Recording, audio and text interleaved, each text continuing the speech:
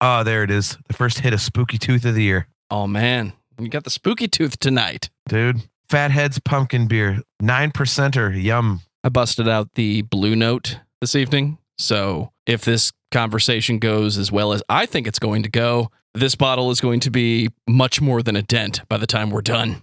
If anybody's surprised that Jon Drake is hosting a Van Halen episode with me, you're not paying attention. Yeah. This is like my dream podcast. Only 284 episodes in, and it's finally John's dream. Yep. I'm just glad you haven't done it already. How could I do a Van Halen episode without you, man?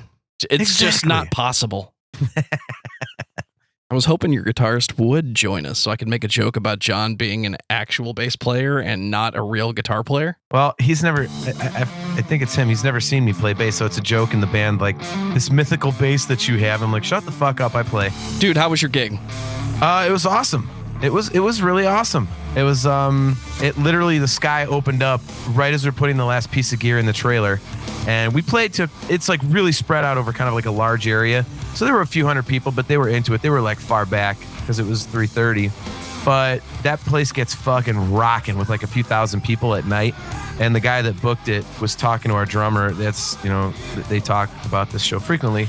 And he was like, dude, I think I want to have you guys headline the next time. And we were like, yeah, we'll do that. And if you're ready to headline right now, then you are ready for this episode of Discography Discussion. I am Joe. Jon Drake is here. It's time. It's happening. We can't hold off any longer. It's not quite 1984, but it is 284. Jon Drake, we're talking about, say it with me, the mighty. No, the mighty Van Halen. Fuck. What have I done to myself? This is going to be the most self-serving episode of this podcast ever. I'm just going to sit back. I'm going to drink this whiskey. And when John's done talking, we're good. And I've got plenty to say, man. I am, as we discussed previously, a Van Halen subject matter expert, I like to think. It's pretty ridiculous, the amount of stuff that I've read about this band. So for any of you guitar nuts, you drum, whatever you want to call Alex, insane motherfuckers that want to lay down some serious grooves, if you are as hot for teacher as I am, then you are going to have the time of your life. I predict we're going to piss some people off because there's going to be some fanboying. There's going to be some controversial statements. And that's what this podcast is about. It's about listening to the band. We listen to the entire discography. And I cannot tell you how much fun I had listening to Van Halen this week. Yet, I will tell you that throughout the episode because, John, I got to admit, I was not the biggest fan of Van Halen the band, though I acknowledge what they've done. This is the band everybody talked about a little bit before I started playing guitar. I remember Van Halen being credited for everything. Eddie Van Halen created tapping. Newsflash, he never said that he did that, at least not in an interview I could find. The production choices are so independent. I think it's a joke that his guitar is always panned left in the early days. You might tell me that it's not a joke, it's a flex because Eddie's the one driving the car. But that would be correct. This band, these guys, are Eddie and Alex the original brothers just sitting downstairs writing some killer music and going to town? If they aren't, I would say that a lot of people consider them to be such. And they're definitely, I would say, like pretty much the first most famous set of brothers, I would think. And I'm ignorant to a lot of stuff before them, so full disclosure there. But, it's their namesake. The stories have been well-traveled, well-told about them just coming over from Holland on a boat with, basically 50 guilders and a piano. And, their dad was a musician and taught them how to play everything, and off they went. Then they got bitten by the rock and roll bug, and it was, the Dave Clark 5 and Cream and stuff, and they never looked back. So, the Trojan Rubber Company, the Broken Combs, Mammoth, and then, the mighty Van Halen, dude. So, yeah. Fucking Mammoth, dude. Are we going to close this out talking about Mammoth, Wolfgang Van Halen again? I was wondering about that. It's not technically Van Halen, but it technically is. It's technically perfect, I'll tell you that much. You're goddamn right. I think that's the one record we probably agree on the most. You know, we like a lot of similar things, but I think that's the one we're both like, yeah, that's the one. After sitting down with the entire discography, I can tell you I've heard the influences of Van Halen more than I've heard Van Halen. I'm aware of this band, obviously, and the hits are there. I like how they use covers to not pad out the record, but it's that Motorhead vibe of, I'm just going to play a good show and you're going to enjoy yourself. And if I happen to play a couple songs you've heard somebody else do, guess what? That's what needed to happen for this show to be good. The difference is this band does it on the record, with a couple exceptions that are a little more cover heavy than others. But I think you're here because of Eddie, Alex, David, and I'll say it, I'm here for Sammy. Dude can fucking sing. Man. It's a different vibe. I'm here for all of it. It's fine. I'm a Sammy guy. That being said, it is, I mean, like, just by a hair. I love all of it. I always tell people that, you know, Van Halen is about Eddie, and if Eddie Van Halen's playing guitar on it, I love it. And that being said, you know, if I'm forced into choosing an era, it's going to be Sammy, and I think it's because like you said, Sammy is a world-class vocalist. And, you know, Sammy's more down to earth than Dave. And I like Eddie's attitude of just being a regular dude. And Sammy's much closer to that than Dave is. Also, let's be honest. I mean, Dave is a pain in the ass and has made getting anything Van Halen done very difficult, even as recently as within the last few months. And it's just, Sammy's just a much more laid back guy. And I think he fits the Van Halen vibe a little bit, at least to me, a little bit better, even though a lot of people would say that David Lee Roth is the party and he made the band and everything like that.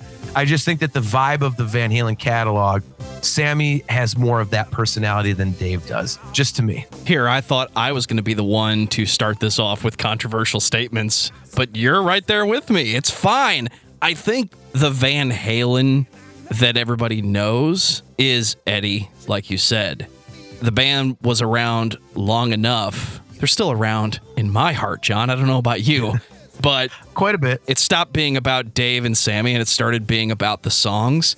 I think it's annoying that you would never hear, at least I never found any examples of David Lee Roth singing a Sammy Hagar Van Halen song. I found the opposite, which is supposed to be the band, but at least to David Lee Roth, he is the vocalist of Van Halen. And I think a lot of people would say, yes, he is, and you're both wrong, but it works. As a whole, it's the music that Eddie and Alex wrote in that studio. And some of it wasn't the party. Some of it was, let's just have fun. Let's rock out and love each other. What's wrong with that? Yeah. And I think, you know, with the Sammy stuff, it's, you know, Eddie was able to kind of branch out. You know, the Dave stuff is a little more narrow-minded. It's more singular in its focus and purpose, whereas, you know, Eddie had more to say. I always hate that phrase, but, you know, in this case, it is appropriate. And, you know, when you look back at stuff like, you know, an unreleased track from, you know, the Balance record, like Crossing Over, or you've got, you know, some of the stuff on that record, you know, Deja Vu, things like that. And then, you know, there's a number of examples in the Sammy catalog of stuff that you could never, ever hear Dave singing or even trying to sing. And, you know, it shows in the material they put out after he left the band. You've got the 2 songs on the greatest hits, and you've got A Different Kind of Truth, which we'll get to later. And all of it is pretty much in that David Lee Roth vein. It's not branched out like the Sammy stuff is. You know, the Sammy stuff is more diverse, and I think that's why I have that preference for it. You know, because it does show more sides of Eddie Van Halen, which is really cool, because the most underrated thing about Eddie is his songwriting. And, you know, we'll talk about this a lot as you know, the show goes on, but the thing that's always fascinating to me is that people know Eddie Van Halen as a guitar god, and that's awesome. But not a lot of people talk about him as a songwriter, which is crazy, because you think about all these different guitar gods, like, okay, you've got, like, let's say an Yngwie Malmsteen or Joe Satriani, guys like that. Well, name off the top of your head an Yngwie song or a Joe Satriani song. You might name a couple. That's awesome. Name me a Van Halen song, and you can name maybe every track start to finish for the whole discography, you know, if you're a fan like me, or if you're a casual fan, you could probably rip off like 20, 30 Van Halen songs off the top of your head, which just goes to show that Eddie was so much more than just this world-changing guitar icon. He was the band. He was the whole heart and soul of all of it. He wrote every note they ever did. I mean, obviously minus the cover tunes, but it doesn't get talked about enough, his brilliance as a songwriter. Those might be the bad examples for the guy in the room with you, John, because I can actually name most of Yngwie Malmsteen and Joe Satriani's songs, but I like the point you were trying to make. You were saying not only is Eddie a guitar god and he can shred your fucking face off, but the dude can do that while writing interesting songs and playing interesting music. I'm going to give Van Halen the pass on the cover songs. I don't think there's one song that they are known for that is a bad choice. And that means when Van Halen sits down to play, they're going to play songs that they write. They're going to play songs that somebody else writes. And you're going to have a good time because the way they play it, it's all cohesive. It all works together. And there's some oddities in here for sure. I don't think the discography's perfect, but I'm outside the gates of the camp that Van Halen is a perfect band, John. I'm hoping you'll let me in by the end of this episode. You're more than welcome, man. I always leave tons of room on the bandwagon for anybody who wants to jump on and, pray at the altar, the gospel that is Edward Lodewijk Van Halen, man. Like, literally, this is the band that changed my life when I discovered them when I was 8 years old in 1984. And it literally changed my entire life. And they've been my favorite band since then. It's never changed. And I absolutely love what they do. I love the vibe. And we're going to harp on Eddie a lot, as people are, want to do when you talk about this band. But I mean, it's true. Like, I totally get on board with his attitude about music, about performing. He's just down to earth. And, his famous saying, like, if it sounds good, it is good. I mean, you got to love that. And he did not have the typical, rock stars always have that ego to them. It's to some degree, but Eddie really was like a down to earth guy. And I met him, and he was, just waving to people and everything after playing for us. And the guy hugged me because I told him, I said, fuck music. You just beat cancer. It's just good to see you healthy back out here doing what you love to do. And he squatted down from the stage and gave me hugs. Like, thank you, man. That means a lot to me. Like, the guy was real. And, it's his attitude and his belief in music and what it should be that really, like, when I started digging into the band, like, beyond the music and reading books and interviews and all this other stuff, like, that's what really, really, really hooked me, was his attitude and everything. Because I'm like, yeah, this is just a normal dude who happens to absolutely kick ass on electric guitar and writing great tunes. How much of the 80s hair metal vibe is Van Halen, and how much of it is the new wave of British heavy metal like Judas Priest? And I include Def Leppard in that, not because they play heavy metal, but they are, they're a heavy rock band who had that vibe. I think a lot of it is Van Halen, with one exception. Nobody could actually do what Eddie did by himself. He was the sole guitarist in the band, and if he recorded a second track, there was a reason for it. Yeah.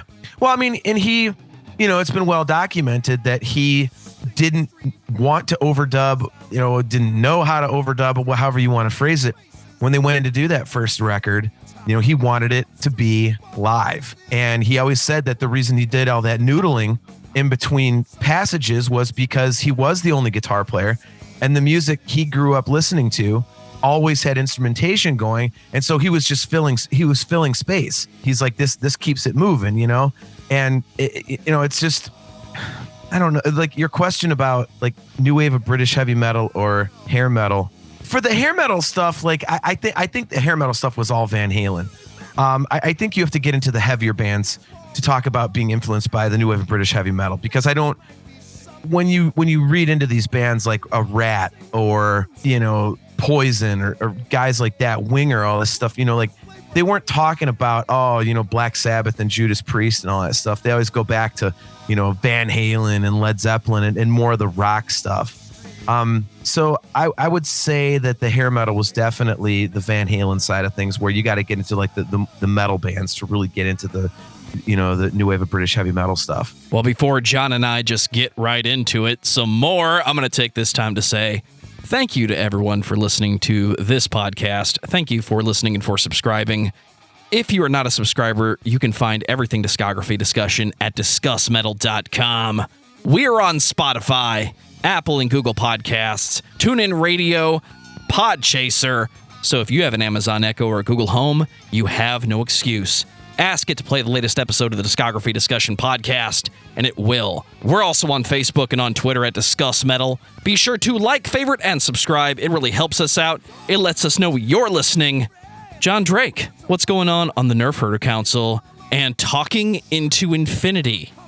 We've got a lot going on, man. Nerfherder Council, we have been on a little bit of a Marvel kick lately. So our most recent episode is the first part of a two-part episode. We decided we were going to rank all of the Phase 1, 2, and 3 MCU films, the Infinity Saga. So the first episode of the two-parter came out a couple days ago, and it was numbers 12 through 23. And in a week and a half, we're going to do the second half, which is going to be numbers 11 to 1. So we got some great stuff coming up after that. We definitely want to dig into some more nerdy stuff. Obviously, Andor will be coming out, so we will be hitting that. I'm going to be getting into some Tron stuff. We're going to go into some Jurassic Park. And eventually, I'm going to get some Stephen King on there because I love Stephen King, and I really want to talk about some Stephen King. So that's what's going on the Nerfherder Council. And Talking into Infinity has been rolling, man. It's been a blast. We've got an episode coming up this coming week. It's live on Thursday night at 7:30, and we're going to be doing one of our album cage matches, and we are trying to figure out which albums to do. We always do a random number generator to figure it out, and Images and Words came out as one of the albums, and my co-host Brian wants to use it, and I don't, because I basically figure that anytime you put something up against Images and Words is probably going to win 8-0. So we're going to figure that out, but we got some really cool stuff coming up on the show, man. We, speaking of Van Halen, what we're talking about here on this show, October 6th is actually a normal show day for us. And that is, of course, the unfortunate anniversary of Eddie passing. So we are going to be doing a deep dive into Van Halen's 1984 record on that day. And speaking of deep dives into other stuff outside of Dream Theater, we just did an episode doing a deep dive into Rush's seminal Moving Pictures record, which was a lot of fun. And before that, we had a really good episode. We dug into Scenes from a Memory, their 1999 concept record, and we had a guest host on that broke down the story in detail, and it was absolutely fascinating. So if you are a Dream Theater fan at any level, if you really like Scenes from a Memory, check that one out, because our buddy Adam Rishog goes into a lot of detail about the story of Scenes from a Memory, and there's a lot of stuff that even I didn't know. I was like, wow, look at this. So it's very interesting, man, and it's a lot of fun to do both shows, and I would encourage people, if you're into nerdy stuff or Dream Theater, even progressive metal, look it up. It's the Nerfherder Council and Talking into Infinity, a Dream Theater podcast. I'm annoyed, John. You didn't invite me to any of that. Not only would I like to rate all of the Phase 1, 2, 3 Marvel films, but I'd like to defend whatever album you want to put against Images and Words, only because you can't defend any album you put against Images and Words. It's my favorite Dream Theater record. I'm not ashamed of that. It's near perfection, and it is audio amazing. Yes. It's, ironically, it's not my favorite Dream Theater record, which is not my favorite record is Falling into Infinity, which is not a popular opinion. But, you cannot deny that Images and Words is pretty much a perfect record, and the songs are just incredibly well crafted. And again, as much as I love Falling into Infinity, if you were to put, Images and Words up against, let's say, that one, your Images and Words is going to crush pretty much anything. So it's very difficult to do a cage match, because what we do is, we go song for song. So we make sure there's an equivalent amount of songs, and we say, okay, track one versus track one, which one wins? And we do that throughout, and we come up with a tally at the end. And Images is just so kick-ass that it's like you just can't put something up against it. It's because you go into it already knowing how it's going to turn out. You know what I mean? Like, so it's an interesting thing to do, and I just think Images and Words is an unfair comparison to anything. So what do I have to do to get involved in an end of the year battle royale where you put 4 albums against each other track by track? 4 records. Wow. Gotta go big, man, or go home. AKA turn off the webcam. Yeah. That's actually not a bad show idea, man. We could definitely do that. And if we call it the album battle royale, that'd be kind of cool. I'll wait for my invitation email and my $5. Look, I'm a Patreon subscriber, so you already get my money every month. So, you've got my $5, but don't you think other people should spend $5 on your podcast? What do you think? I really, really want everyone to check out patreon.com/discussmetal, where we have some sweet perks. There are so many, over 200 individual album reviews. There's going to be more stuff. There's a monthly hangout and early access to this episode, which if you're hearing it now, you better get subscribed for the next one because that's how you're going to hear it early. And John, I got to ask, are you a fan of Atreyu? I don't know very much Atreyu at all, to be completely honest with you. Well, we just did an episode about Atreyu a few weeks ago, and Celestial Bikini Atoll, Tantalized Funyuns, you have a contender for the best name ever, left a comment on YouTube, one of your best discussions yet. Really enjoyed hearing you guys talk about this band's discography. Atreyu is awesome, with my favorite album of theirs definitely being A Death Grip on Yesterday. I've been listening to this podcast since last year. It really helps me through the day. And I totally understand Atreyu is an acquired taste, but I do love how they experiment. And I absolutely agree. I used to dismiss this band for reasons, but no more. No more. Atreyu has won me over. They deserve all the credit they get. And anybody who says that they said they invented metalcore, I can't confirm they said that, and that's all I have to say.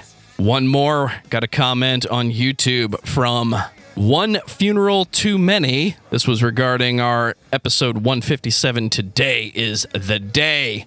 Cool podcast. Been listening to this band since high school, and recently found out about Tantrum of the Muse because of them. Everybody needs to know about Tantrum of the Muse and Unteachers. The original Today is the Day trio was the shit. They were like a 70s power trio. And speaking of 70s power trios, Jon Drake, I'm going to get a beer and you're going to tell me all about Van fucking Halen. Go! Pasadena, California's favorite sons, man. So as we said earlier, started out as, the Broken Combs, the Trojan Rubber Company, Mammoth. And then when they got David Lee Roth on vocals, he decided it would be a good idea that, let's call the band Van Halen, name it after the brothers. He thought it sounded cool, but also figured it would get him some cred with the brothers and kind of be like, oh, look how nice I am. I named the band after you. But Eddie and Alex Van Halen started it all in the early 70s. I had a guy named Mark Stone on bass, and he kind of dropped out. They got Michael Anthony from another local band called Snake, and got David Lee Roth from Red Ball Jet, who was actually a competing band against Van Halen. And, the rest is history. So, everyone knows the story, but Gene Simmons saw them and thought that they were worth, signing. So he decided to fly them out to New York, and they did a very large demo at a very nice studio. And man, his label, his manager, they were like, nah, I don't see it. So then Ted Templeman happened to go to the Starwood, and he saw Van Halen and was like, yeah. So he got Mo Austin to come out, and, the rest is history, as they say. And, they got their record deal, and off they went. And You Really Got Me hit the radio, and they never, ever, ever looked back. And they became one of the most successful rock bands in history. And Eddie Van Halen cemented his place as probably the greatest guitar player we have ever heard. So, yeah, an incredibly influential band on countless bands to come after them in terms of songwriting, in terms of image, in terms of, every band had to have a hotshot guitar shredder on lead guitar. And none of them could ever live up to the standards set by Eddie, Alex, Mikey, Dave, and Sammy. Where do we begin? It has to be 1978's Van Halen. Props to these guys for not only getting the self-titled thing going early, but looking back, on the legacy that this band, especially Eddie, has left behind, I think it matters that the first album is just the band. This is Van Halen. It's the brothers, it's the music, it's the attitude, it's where guitar was going to go next. I've said it many times on this show. There is an entire population of people that will not accept the possibility that there has been a better guitarist since Jimi Hendrix. There is also an entire population of people that will not accept the possibility that Eddie Van Halen is not the greatest rock guitarist of all time. I think Eddie Van Halen has influenced more modern, heavy music than any other guitarist in history. And eventually, you'll hear every Eddie trick, and you don't care because it sits in your memory as part of the song. The noodling is important. I like that you called it that earlier, because noodling is what we do when we're sitting there with nothing to do, trying to figure out how Eddie did it. And yet, he uses it so tastefully. A record that starts with Runnin' with the Devil, for me, this isn't the first song of Van Halen. This is one of the greatest hits of the entire band. I wish I knew what it felt like to put this album on for the first time and hear that siren. It's probably a car horn, knowing these guys, just fading in to that bass line that always will stick out in my mind as one of the reasons Dave Mustaine threw an air conditioner at somebody once. Apparently, this is an annoying song to hear if you're just playing the bass part. Not sure why. Well, you can probably play it one-handed, can't you, John? You would think so. Yeah, I mean, you actually nailed it. It is a car horn, but it's actually a car horn in reverse. And it was something that Alex Van Halen came up with. And I actually have friends that are a little older than I am that actually experienced the record. Like you said, you know, you want to know what it felt like to hear it for the first time. And the way that they've all of them have described it, you know, and several of them are actually guitar players as well. And they said, you know, you hear Runnin' with the Devil and you're like, oh my God, this is such a catchy song. And then track 2 comes along and Eruption hits, and they said that it was absolutely like a fork in the road. It's like everything was going this way, and all of a sudden they heard that and it went the other way. Every one of them, to a man or woman, was like, what in the hell is this, and how do we do it? And no one could figure it out. It was so revolutionary and so different and so kick-ass that everyone just went, you got to be kidding me. It's like Les Paul and his new sound. How the fuck did he do that? He put the tape machine at half speed and recorded the part and then played it at normal speed. Now, we know that today, but I can't think of what it felt like to hear Eddie Van Halen do Eruption for the first time. I can't fathom that. I don't know a world or an existence or a musical journey that doesn't already know what that is. Even when I was learning to play guitar and I didn't understand exactly how to do it, I got what he was doing. One of the coolest interviews he ever did was late in his life, where he just broke it down. He says, I saw Led Zeppelin play live and my brain said, put your finger here, and he ran with it. Literally ran with the devil. Exactly. Yeah, he said he used his finger as the nut, and he said, you know, if I tap here, you know, with my right hand, it does this, and then, you know, if I move and put my finger here and move it up like the nut, and then tap through, it's, you know, he's just basically moving, almost like moving the neck up and down. And, you know, he credits Jimmy Page with that. You know, he saw Led Zeppelin and that's where he got it from. And there were other players that kind of did something similar. You know, it's been, you know, reported about that as well. You can find jazz guys doing that way back when, but keep in mind, this is the 70s and the 60s.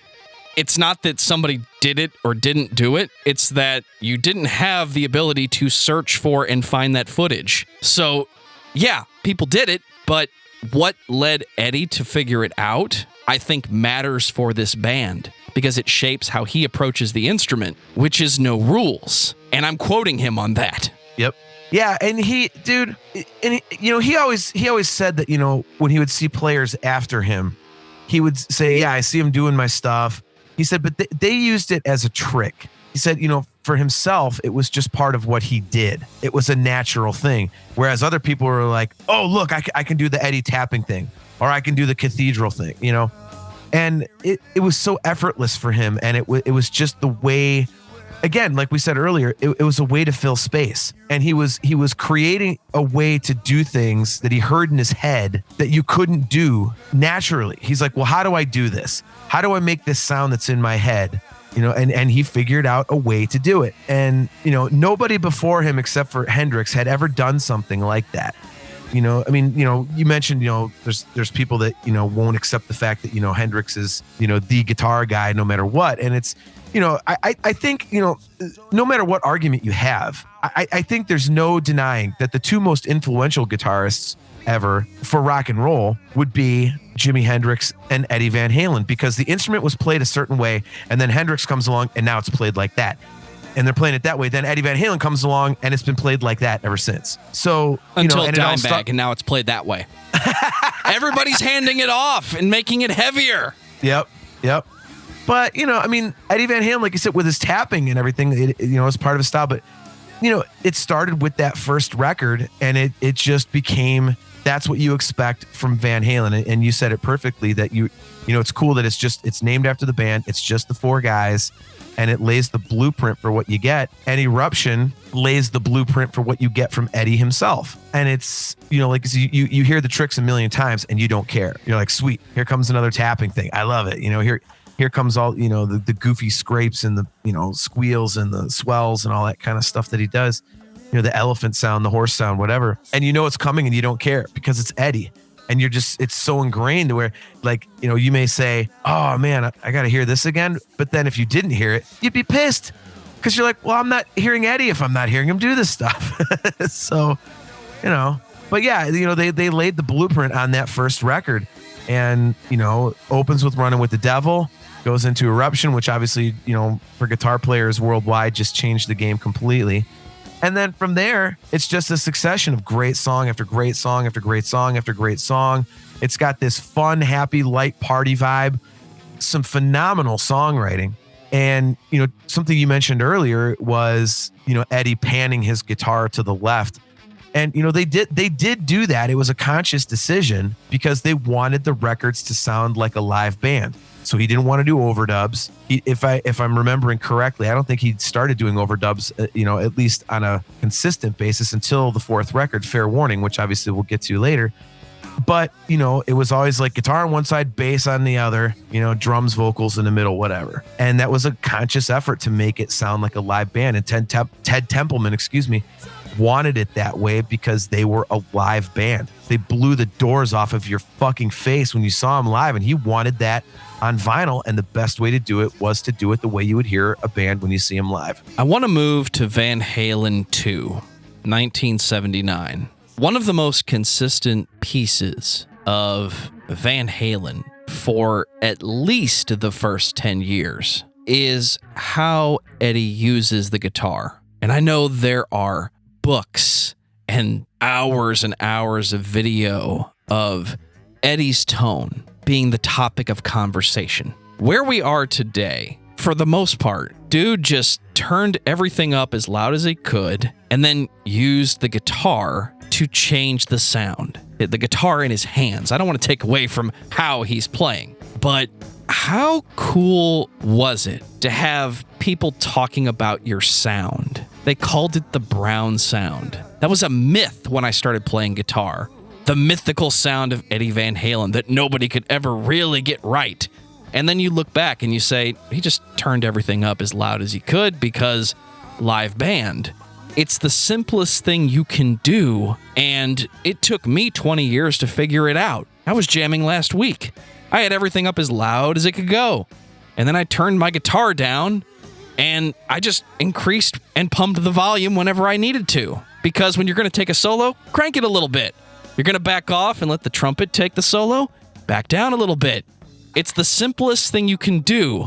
And how many years did we all spend buying pedals and pedal boards and wiring it up, trying to sound cool, or for others, trying to sound like Van Halen? Again, it's something I remember pieces of it, but I can't tell you what that feels like. I can't go back and tell you what it felt like to hear Black Sabbath for the first time and not know how they sound like that, or to hear Van Halen put out album number 2 and it sounds like the exact same fucking live band you saw last week. This record is so good. It doesn't start off as ready to go, but it's Van Halen 2, John. What do you got for me? It's a fantastic record. This is a weird record for me because it's a fan favorite, but it doesn't get talked about a lot. People are always like, "Oh, I love Van Halen 2." But you don't see people digging into it, There's 3 records of the Roth era that people really kind of like get into on a granular level, being, obviously the debut, Fair Warning, and 1984. And when you take the other 3 records, Van Halen 2 and Women and Children First and Diver Down, you don't hear as much about them, but Van Halen 2 is universally regarded as a great record and fans love it, but they just don't talk about it a ton. And, I love that you said it doesn't come in, with all guns blazing like the first record. But I think that's kind of cool because it opens with, You're No Good, the Linda Ronstadt cover. And right off the bat, it introduces something different. So, from the tones and everything, and I love that as an album opener because you're expecting something like, Feel Your Love Tonight, or one of those, like, You Really Got Me, or something like that. Instead, you get You're No Good. So you're instantly like, oh, it's like you right off the rip have something that's making you think, okay, what's going on? Then you get Dance the Night Away and you're like, oh, there's the Van Halen that I like, and it's awesome the way that they kind of threw that curveball in there. And, the record is full of so many great songs. And then you get to Spanish Fly. And like you said, you're talking about like pedals and the Brown sound and all this stuff. And Spanish Fly is basically Eruption on an acoustic. And yet you can still hear it's Eddie Van Halen. It's not, when you strip everything away, it's not like all the magic is gone. Spanish Fly is absolutely incredible, and it's definitely Eddie. And, to your point about, the way he used the guitar, turn everything up to 10 and then just, use the instrument to kind of, he always said this, and guitar players that played his rig always said it was in his hands. And he always said too, it's in the hands. Like, he would make the sounds with the guitar. He would use the volume knob. He would, the tapping and all the different, cool stuff that he did. It was with the amp just absolutely blazing. And he used, physical techniques to actually coax the sounds out of the guitar that he wanted. And Spanish Fly is a perfect example because even though it's just him and an acoustic guitar, there are no effects, there's no nothing. It sounds like his playing, which is awesome, which just shows right there that you can put all the effects in the world on Eddie Van Halen's guitar, but that's not what made it. What made Eddie Van Halen was his hands. And it's just beautiful to listen to that. And Van Halen 2 has several moments like that. The guitar solo in Dance the Night Away is all tapping. It's all harmonic tapping.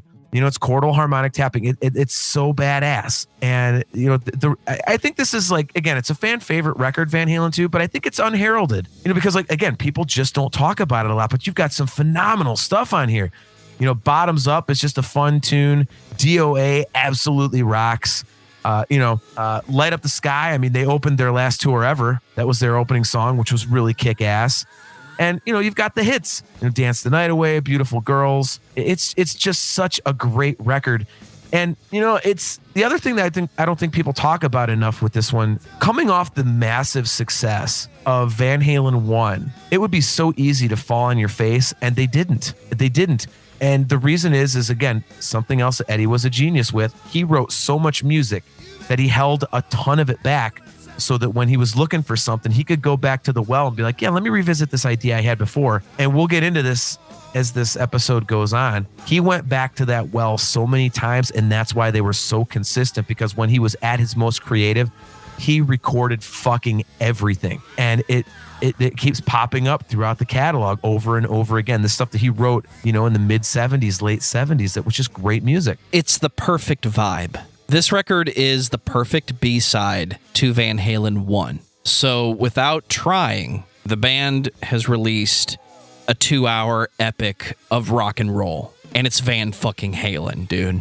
Yep. You make the perfect statement saying that Van Halen 2 is the perfect B-side to Van Halen 1. That is the very best way to phrase those two records, man. excellent point on your part. You talk about the well, and the band went back to the well so much. Looking back, that's one of my favorite things about this band. Just racks of tapes in that studio. They recorded everything. It sounds like it. And that's one of my favorite things about making music today. It's so much easier to put a couple mics up and hit record and record anywhere. I've captured so many good ideas on a fucking cell phone sitting in the corner of the room in the past 10 to 15 years. My point is, these guys, I don't think you can call them perfect or masters. They just did it so much that they pulled out so much good from what they were doing. There's no way that Wolfgang doesn't have something that nobody's heard. But then again, maybe there's a lot of stuff nobody's heard because what we heard was so fucking good. Yeah. I mean, dude, when you look at pictures of 5150 in videos or in books, you know, you could see the tape vaults and they are absolutely jammed to the gills with, you know, just tape. And so there is so much stuff in there. And you make a great point. Like, you know, and maybe some people could use this as a criticism, like, well, yeah, if they record 800 hours of stuff, well, they better be able to get, you know, 2 albums worth of material out of it. And I mean, I guess you could say that. But I mean, Eddie was, you know, the way that I've always looked at it is the guy was so fucking prolific as a writer that he's got so much coming out that he's got 800 hours to choose from. It's not like you or I. I mean, you or I, like when we write something, if we write something and we go, okay, well, I don't think this sounds very good, we scrap it. We don't keep it. Eddie kept everything because he's like, maybe there's something I can do with this later. You know, I mean, it's just another part of his genius. You know, the things that he did that were so revolutionary, and he just was so forward thinking. And, you know, God damn, dude. Like, I really hope at some point that Wolfgang and Alex come together and put that stuff out. Just go through and, you know, kind of like, was it Prince that did all the posthumous stuff? Like all the, you know, yes, like tons of records and stuff. Like I know some people bag on that, and I'm not a Prince fan, but for me, if they did that with Eddie Van Halen and you just give me like hour upon hour upon hour of Eddie just screwing around on guitar, take my money, dude. Just take my money. Here's my credit card. I don't care what it is. I'm listening to it, you know? It's one thing if the artist is in on it, and I know Prince was. Nobody's putting out anything he did not want released. Eddie, I don't know. It'll be interesting to see where they go with that, but you mentioned Prince. I was waiting till later. I'll say it now. If anybody wants to criticize this band for doing so many fucking covers, Prince would do covers and get praised for it. So praise Van Halen, because there's a lot of songs you like that they played that somebody else just happened to write. Get over it. A lot of music is written by somebody else. Let's move on. 1980, Women and Children First. Yeah, this was a turning point record for the band. You know, Eddie finally was starting to feel confident in what he was doing, what he was bringing to the table. And it's the first record that they did without a cover. You know, we've been talking about the covers a lot tonight. And this was their first cover-free record. And, you know, again, they opened the record with a curveball because the opening track, you know, and the Cradle Will Rock, it is not a guitar in there. That riff, it is a Wurlitzer run through a Marshall. So Eddie, with his constant tinkering and screwing with stuff, he's like, well, what if I run this electric piano through my guitar amp? Let's see what and that's what came out. And there's still to this day a lot of Van Halen fans, like casual fans, that don't know that because it does sound pretty guitarish. And when you go back and listen to it, once you're told that, you're like, okay, I can hear that. But if you don't know and you're not privy to that story, it does sound pretty guitarish. So that was pretty kick-ass. It helps with the mix in the right ear, because this is one of those songs that he overdubbed something, and it throws you off just enough. Yep. Yeah, this is I think one of the weirder records, but I like it because, you know, again, as I said earlier, you phrased it so well, saying that Van Halen 2 is the perfect B-side to Van Halen 1. And I think this one is like, okay, here's Van Halen getting a little bit weird for the first time, which I think is a great counterpoint to the first two records. You know, this is where they start to branch out and you get, you know, stuff like Tora Tora and Loss of Control. And, I mean, In a Simple Rhyme is a really cool song structure. It's just, Could This Be Magic? Like, what the hell is that? I mean, Eddie Van Halen's playing slide guitar with a beer bottle, for Christ's sakes, on an acoustic, And, it's a weird, it's like, there's some weird stuff, but it's all filtered through that Van Halen lens, that prism. Fools is like this dirty blues almost, but it's Van Halen, you know what I mean? And, like I said, like, Could This Be Magic? It's this like old timey sea shanty or what I forget. I'm using the improper term, but you know what I'm going for. But it sounds like Van Halen. And it's just, this record expanded what they did. And it was so cool, man. And Dave was letting Eddie get a little creative. And Eddie was feeling it. And this record was the result. But you still have those awesome Van Halen straight ahead moments. Like Everybody Wants Some. Take Your Whiskey Home might be one of the single most underrated Van Halen tunes ever recorded. And In a Simple Rhyme is such a great album closer because it's just happy and fun. And at the end of this weird record, you just get this kind of love song, And it's such a fun record because you get something different that you hadn't gotten on the previous two records, yet there's still that Van Halen anchor. This record sounds like this band has been on tour and they just want to play some fucking tunes. It's not like they're trying to reinvent the wheel or they're putting out the magical album number 3, which, by all accounts, this is album number 2. And we talk about it on this podcast all the time. You have your whole life to write your first album, then you got to do it again. This doesn't sound like a band that's phoning it in. It doesn't sound like a band that's losing their mind or doesn't know what they need to do next to keep people on the line. It's fucking Van Halen. This is album 3 in 3 years. I hear a band that's been on tour and just wants to jam. Let's try that weird shit. Hey guys, I plugged this piano into my Marshall. Dun dun dun dun dun dun. Check it out. It's like the Doors, only it's way heavier. And then they just fucking run with it. So it's a cool off step. It's not a misstep. We're just turning left and seeing where we land tonight. Yeah, it's definitely not a misstep. I very well said again. It's an off step. It's like a different, like let's take a left turn. Let's see where we land. And like I said, it opens with the Wurlitzer Run Through a Marshall. And then the second song, they go into a jungle beat for Everybody Wants Some. Like, you hadn't heard something like that before. And it's them branching out. It's, like you said, it's the sound of a band that's done a couple tours and they're feeling themselves like they're getting comfortable in their own skin. And they're like, okay, we can do other stuff as well. And I know I said earlier that the Dave stuff is more narrow in focus than the Sammy stuff. And it is. But there are moments where they branch out a little bit. And you can kind of hear it as, the Dave stuff goes along. And I think this is really the first time you hear them getting into something other than we're just a fun party rock, hard rock guitar band. And it's really, as I said before, it's really, really fun to listen to. It's just interesting. Because like I said, you go from the Wurlitzer and then you go to, Everybody Wants Some with the jungle beat. Then you get the dirty blues of Fools. And then you got Romeo Delight, which is just absolutely one of the greatest Van Halen songs ever recorded. That song just absolutely fucking rips. That is a great, great song. I don't know where you stand on Romeo Delight, but that is one of my all-time favorite Van Halen tunes. It just goes. It just goes. It is one of the heaviest moments of this album. And I think it's one of the lesser known but better written songs by the band. It's proof that everybody is listening to the radio rock of Van Halen. And even when they have little tidbits like this right under their nose, like I did 15 years ago, this is one of the sleeper hits. This is one that you pull out of your back pocket when everybody says, hey, let's play a song. What do you want to play? I want to play the same Van Halen song everybody else is playing. Dude, let's fucking play Romeo's Delight. Oh, dude, it's a great song. Yeah, nobody plays that shit. This is a song I want to hear somebody cover because I don't think I've heard anybody do it.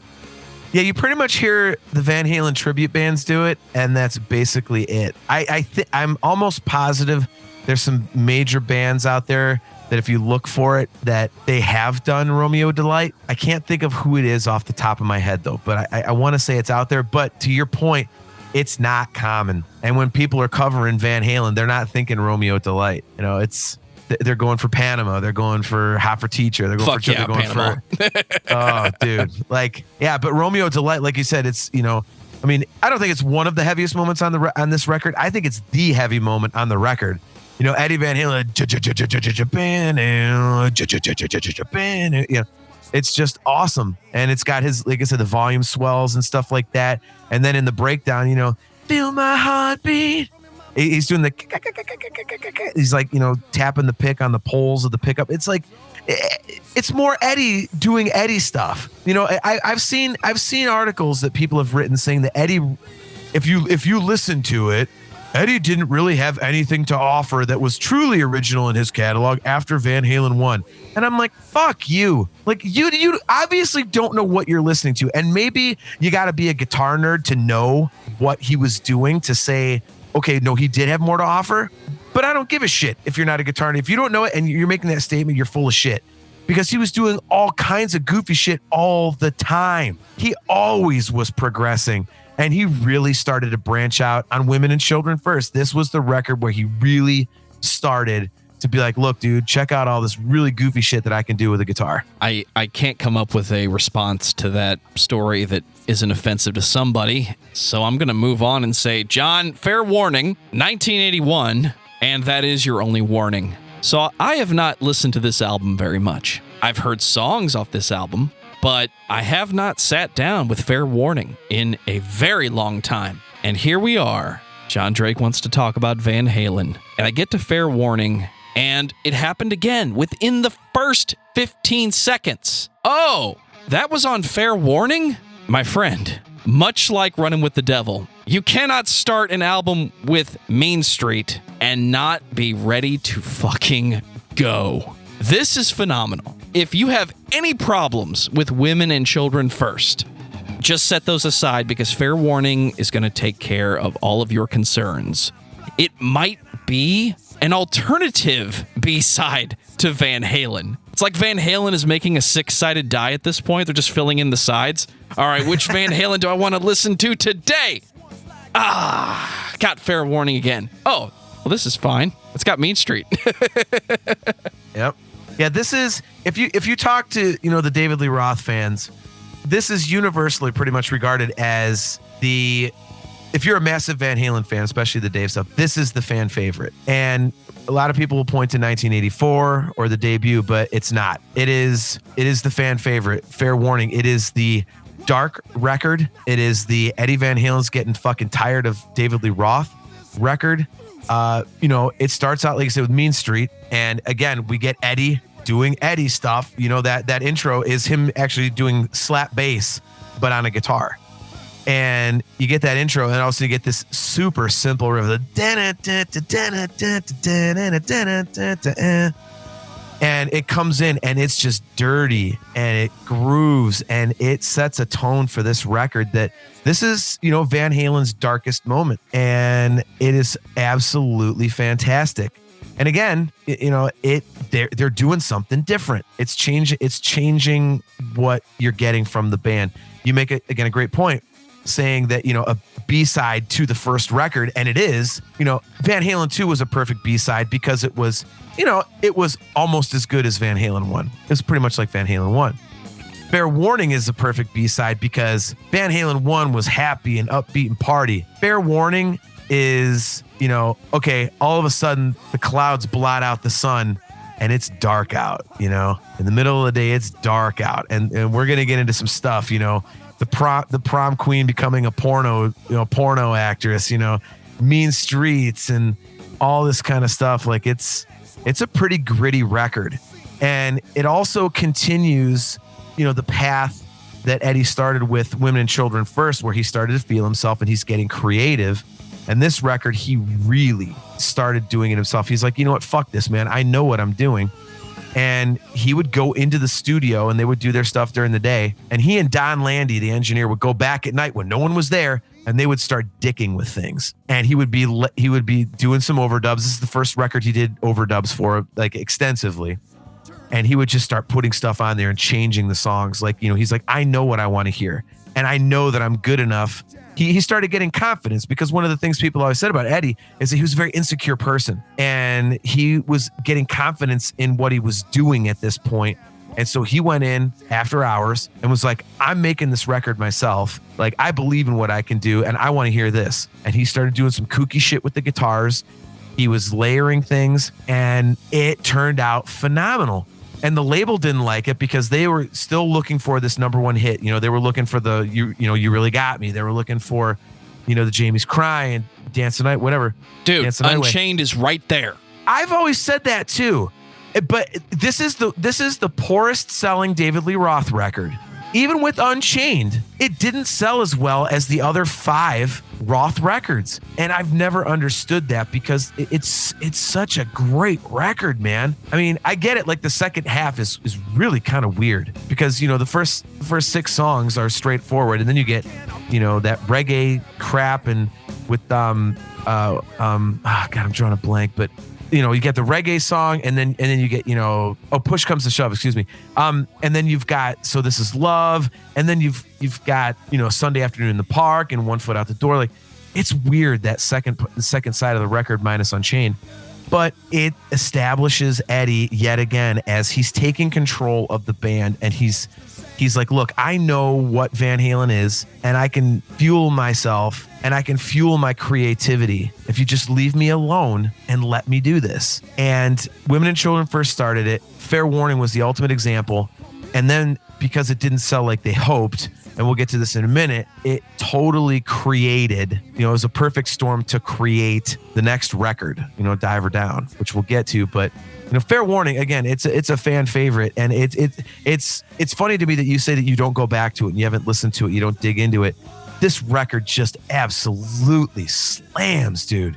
I mean, Mean Street into Dirty Movies, into Sinner Swing, and then it goes into my favorite David Lee Roth song, Hear About It Later. And then you get Unchained. And I mean, it's, God, what a great record. And by the way, I think I misspoke. I think Unchained is actually the last song on the first side of the vinyl. I think I did misspeak on that one. So I apologize for making a mistake in my Van Halen discography knowledge. Well done, John, for speaking to the vinyl layout versus the CD, which is what I have.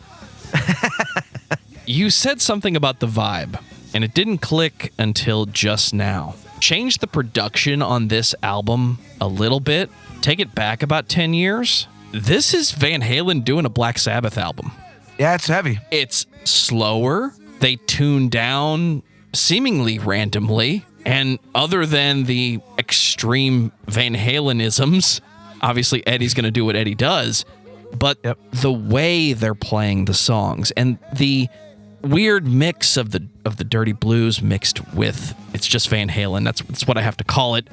It has that vibe. And then the subject matter, is Dave just a dick? Does Dave just wake up and say, I'm going to write 9 songs about just this one really dark subject, people becoming porn stars? Like, is Dave just a dick and the band lets him get away with it? Or is it one of those, we know what works with this band, it's these 4 personalities, and even though the brothers are over there, they're the core of the music when it comes to the presentation and what the records are about?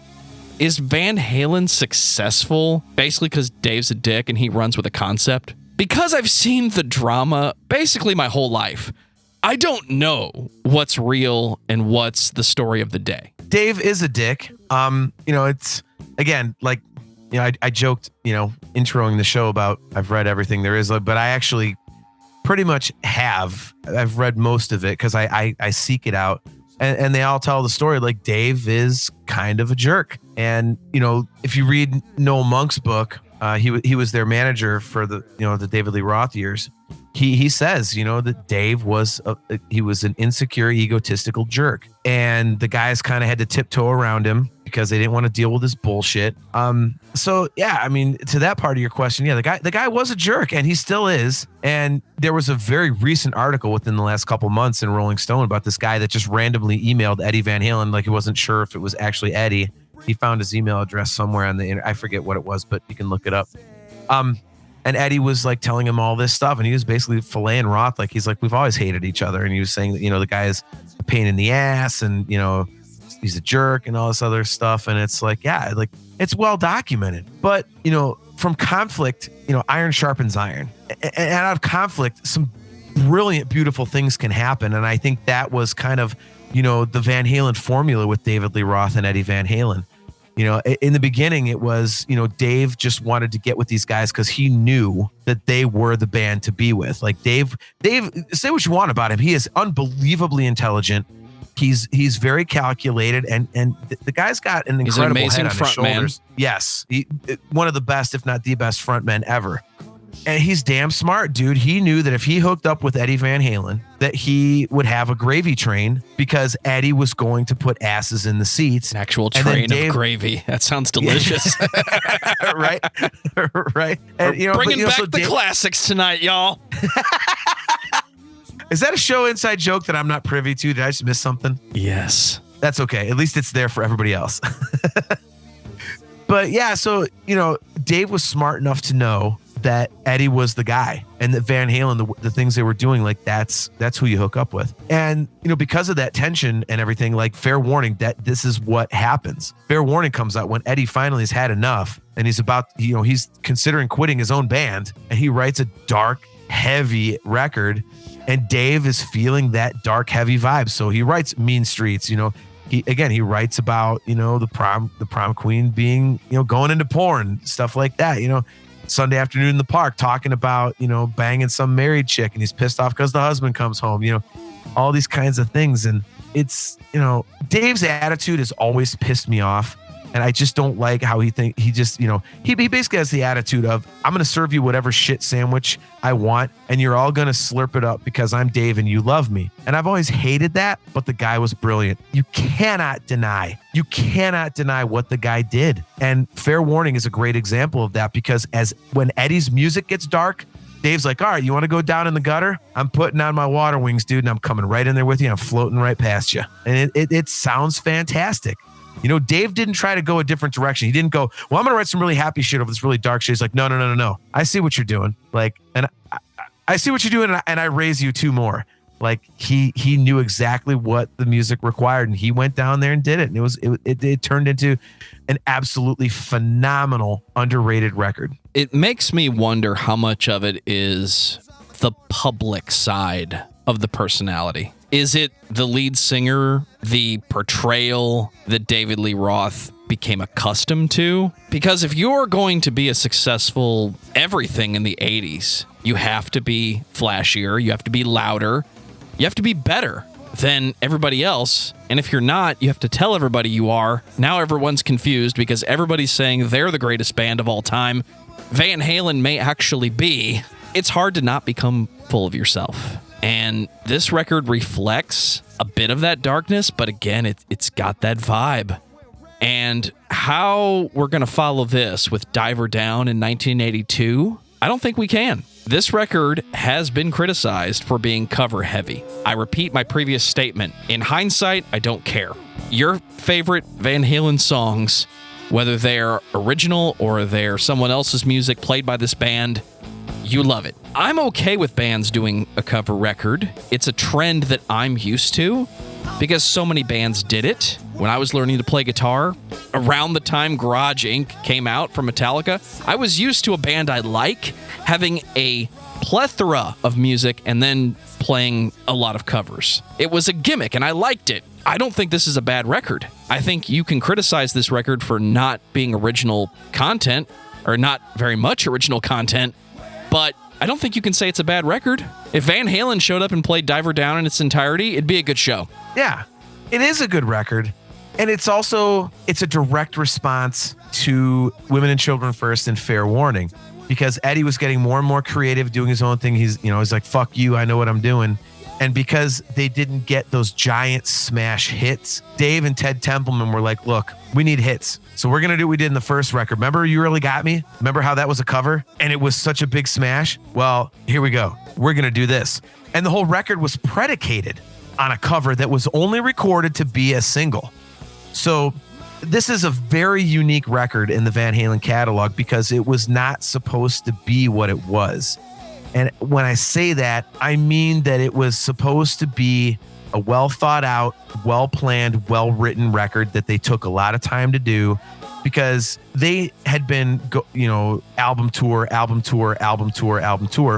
from 1978 and so on. And they were getting fried. And their manager, Noel Monk, knew it. And he was like, all right, after the hits did not come from Fair Warning, he was like, okay, I know these guys have a great record in them, but they haven't had time to do it. So we're going to give these guys time to sit down, write a great record, and actually take their time, relax, and really do this.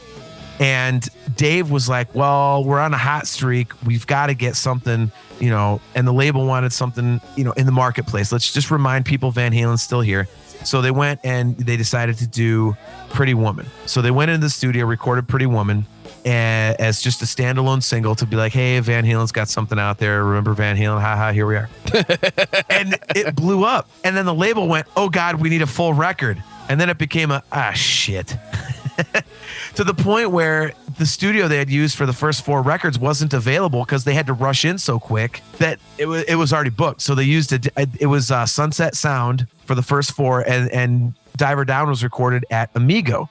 And they had to go in and do this. And because, they were tired of Eddie's I'm going to be creative stuff on, Women and Children First and Fair Warning, they were like, we need to do, a cover. They did and the success of Pretty Woman just, added more gasoline to the fire. That was David Lee Roth and Ted Templeman saying, see, these cover songs work for you guys, which is why, Diver Down is more than half cover songs. Where Have All the Good Times Gone? Let's see if I can remember them off the top of my head because there's so many. Where Have All the Good Times Gone? Pretty Woman, Happy Trails, Big Bad Bill, Dancing in the Streets, and Pretty Woman. There's 6 cover songs on this damn record. Well done, sir. Dude, if I'm going to call myself a subject matter expert, I better know that shit. But, this record is an answer. It's basically like, okay, Eddie, you had your records. Now Dave and Ted, they're going to have their record. And it did sell better than, its predecessors. And fans received it better because it was back in that more upbeat Van Halen-y type of, vibe that everyone wanted to hear from them. Especially a song like Little Guitars, which again, I think is absolutely criminally underrated. A lot of fans love it, and that's great. And I know that, but not enough. I always look at Romeo Delight and Little Guitars as songs that, while fans love them, I want to hear more people laud and praise those 2 songs because they are just phenomenal songs. And the intro to Little Guitars is another example of Eddie Van Halen wanting to do something, not being able to do it, and figuring out a way. So when he's doing the flamenco thing, he wanted, he didn't know how to play flamenco. So he's doing the trill on the high E, like, he's trilling on that high E and then using and he's on the low E doing this stuff. It's like, it's absolutely brilliant. He decided, I want to do this, but I don't know how to do it. So I'm going to figure out a way to do it myself. It's a bad way to phrase it, but hopefully, my point's getting across. And it sounds great. And then it goes into Little Guitars, which is one of the most fun, upbeat, happy, bouncy Van Halen songs you'll ever hear. It's just great. You made a great point. It does get shit on. And I think that's unfair because it's a very fun record to listen to. There are no dark moments. And it has some absolutely fantastic original stuff. Secrets and Little Guitars are 2 of the best songs they ever recorded. And those are bouncy, upbeat, happy, fun, light kind of songs. And it's great. It's time, John. I said that at the beginning of this episode because we were talking about Van Halen. What I was actually trying to tell you was, in about an hour, we'll be talking about the record. To me, the record. If I am a fan of Van Halen, the band, it's because of 1984. When I was learning to play guitar, the song I heard that I wanted to play was Panama. The album that I purchased was 1984. I didn't know what I had. I was driving home or riding home from the store. Dan was probably driving the car.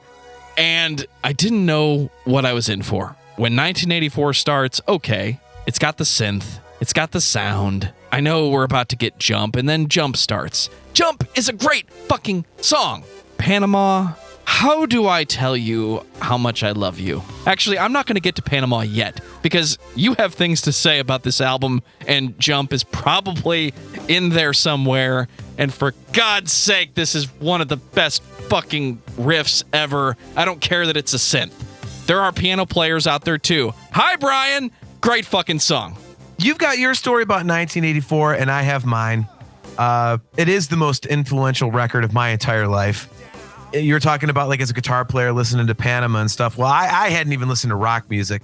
You know, I'm going to try and keep this short because otherwise I'll just pontificate for a bit. But hang on, let me refill this cup. There you go. Get the refill, buddy. So my dad only was into classical music, and he had told me from when I was damn near born, he's like, oh, you know, there's tons of musicians in the family. You might be a musician. And all he would ever play is classical. I'm like, well, this sucks. I don't like this. I'm not going to be a musician because music sucks. I thought music was only classical. Dude, Bach is fucking heavy as shit. That's a whole nother discography. So my older brother's 9 years older than I am. So in 1984, I'm 8 years old. He's 17. He's watching me one day, and his best friend lived across the street. So he's like, all right, you know, he's watching me. He's like, we're going across the street because he wanted to smoke weed with his buddy. And he's like, all right, go down in the basement because he knew they had a bumper pool table. I'm an 8-year-old little kid, and I like bumper pool. I thought it was cool. They had a bumper pool table. So he locks the door. I'm down there for like an hour, finally get bored, go upstairs. The door's locked. I can't get out. So I go back down, and they've got this giant stereo system, like big speakers and shit, you know. Are you like, saying they have a sound system from 1984? Yeah, that's exactly what I'm Big fucking floor speakers? Oh yeah, dude! Yes! On either side of the giant like cabinet Coming tube full range, television. yeah. Oh yeah. So there's a tape on top of the you know the stereo. There's no case to it. It's just a tape, and it says Van Halen 1984. And I'll never forget this. I thought, shit, Van. This is like that Ludwig van Beethoven crap. God damn it! All right, but at least it's something. So I put the tape in. And the synth intro hits. I really did, man. I really did. I saw Van, and I'm thinking Ludwig van Beethoven. Like I was 8 years old, you know, and all I'd ever known was classical. Ludwig van is the shit. Not to my 8-year-old ears, he wasn't. So I put the tape in because it pissed off because I was expecting Ludwig van, and I was like, "Fuck that guy." But I was bored, so I'm like, "Let's do something." So the synth intro 1984 hits. I'm like, all right, well, this is kind of like that, you know, Mannheim Steamroller stuff. Dad plays every once in a while. Okay, whatever. Good call. And then... Fucking Steamroller, man. Dude, I do know a few things outside of Dream Theater and Van Halen. Not very many, but a couple. Put your Gatling gun down, John. Look at you. Look at you with the pun. So Jump comes in. And like you said, excellent shirt choice, by the way. The riff to Jump comes in, and I'm like, ooh, what is that? And then the drums, bam. I'm like, what the hell's going on here? And then Dave starts singing, and I'm a little kid, and I'm like, I'm bouncing. I'm like, yeah, like, okay. And then the guitar solo comes, and I go, what the fuck is that? What is that? What is that sound? What is that? What is that? And then it goes back into the rest of Jump. I'm like, holy shit. You know, song fades out. Then Panama comes in, and officially at 8 years old, my mind and my brain explode, and my life was going to the left, and it instantly goes to the right, and everything changed for me with Panama. And then the record played out, you know, Top Jimmy, Drop Dead Legs, Hot for Teacher, you know, all this stuff. And I replayed that album, I think 4 or 5 times that day.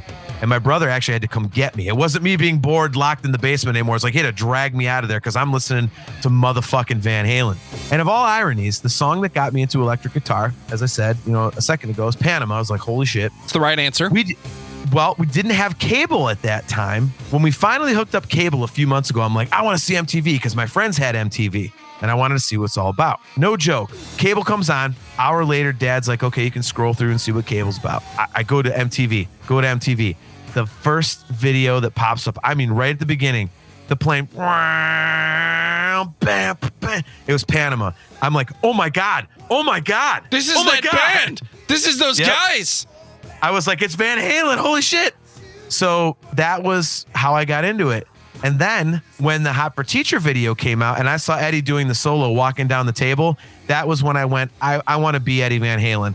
Like the way I'm feeling right now, watching this and listening to Van Halen, I want to do that. I want to make people feel that way. And literally to this day, dude, I started playing in bands when I was 18 years old. I'm 46. So we're talking 28 years now. Every single time I've gotten on a stage, I don't care if I'm playing to like 5,000 people or a single person. Both have happened. I am still that little 8-year-old kid up there going, holy shit, I'm on a stage. Oh my God, this is like what Eddie Van Halen did.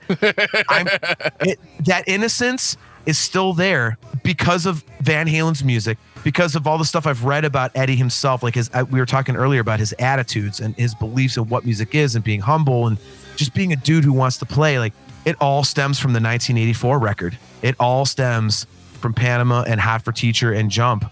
And it's cliche to say that because those are the hit songs, but that's what hit me as an 8-year-old kid, man. I was just a little dude, and the record changed my life, and Eddie Van Halen changed my life. I mean, I wouldn't know you without Van Halen. I mean, literally everything was different. I mean, most of my life is because of music and things I've done in music. So had I not discovered Van Halen, gotten into music, we wouldn't be doing this right now. And that's why it's such an influential record. And I did pontificate, so I lied earlier. But, getting back to the record itself. It's okay, John. I wouldn't know you without the Talk To Me podcast. Well, there you go. See? And when I'm on stage, I want to be James Hetfield. I have to be honest. It's not going to happen, but that's what I'm thinking in the back of my head. The guy holding the guitar, slumped over slightly, singing downward into a microphone. That's me. That's what I want to do. But you just want to say between songs, little beer from my throat. That and yeah, I say yeah a lot. And those yeah. Then later on in life, I decided I want to be Lemmy. So full of whiskey and the most badass rock dude on the stage. I'm just gonna say it right there. The most metal guy on stage. You could have just stopped at most badass. That would have been better. Actually, what I just said would have been better if I had just said what you said. So continue this pontification, as it were, since we're using classical terminology. And now that I know you're a fan of Ludwig van, we're going to talk about some symphonies at some point in the future. Not Symphony X. We already did that.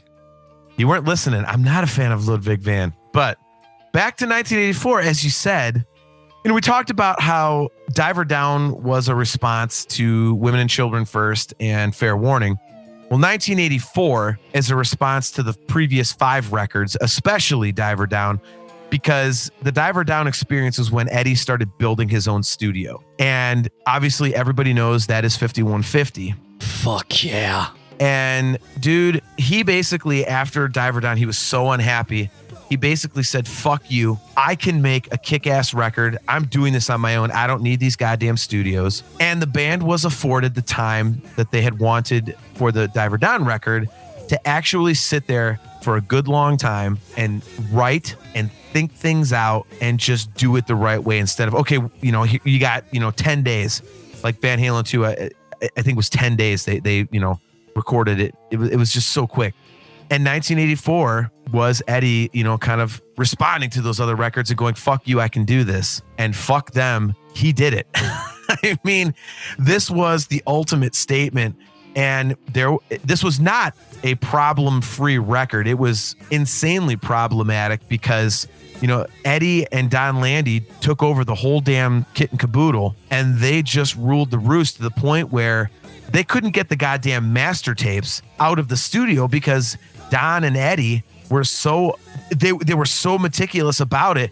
They weren't happy with the mixes, and the label's like, we need the tapes. And Ted Templeman would go up there, and as he was pulling in, they would have somebody run out the back door with the tapes and say, oh, that guy's gone. Then Ted would be like, oh shit, and leave. And then the guy would come back in the door, be like, okay, let's keep working at it. And I mean, there's anybody listening, if you want to just look up the stories about the making of 1984, and it was a pisser. But the proof is in the pudding, because when the record came out, it was absolutely gigantic, and it absolutely cemented Van Halen. If they weren't already like the American hard rock band, they definitely were with 1984. And they're one of the few bands that have not one, but 2 diamond albums. Say what you want. Like we were talking about how we prefer the Sammy stuff, and all 4 of Sammy's records, as we'll get to in a minute, were number 1. With David Lee Roth, they never had a number 1 record. They had their only number 1 single, which of course was Jump. But they bookended 6 records with Diamond and Diamond. Van Halen 1 and 1984. It's incredible. That kind of success is unsurpassed. It shows Eddie's incredible songwriting ability, because the first record was him as a kid writing this stuff just raw and from the heart and everything, and just it was a beautiful record. It was full of energy and youth. And 6 years later, he's, whacked out on booze and coke, and he hates his lead singer hates him. And there's all this drama and drugs. And Alex Van Halen is so deep in a bottle of vodka that he's like literally having hallucinations and driving to his parents' house in the middle of the night and sleeping with them like he was a little kid. Again, read Noel Monk's book. That's a legitimate thing. And yet among all this, and taking all this time on 1984, they have the exact same success, if not bigger. And so both sides of Eddie, it just shows that innately he was a phenomenal songwriter and musician. And you get stuff like, Top Jimmy, again, a criminally underrated song. He plays a Ripley guitar where each string, on the guitar is panned to either side. So if you listen to the song in headphones, you can hear doon doon doon doon doon doon doon doon.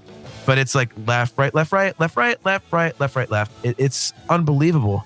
And Drop Dead Legs, he was just like, let's write a simple song. So he does.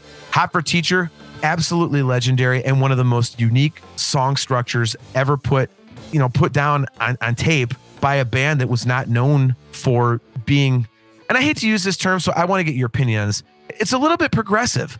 They're known as just a straight ahead rock band, and Hot for Teacher sounds like a straight ahead rock song, but it is not. That is a weird song if you really dig into the actual song structure and what they did in that. It is a boogie.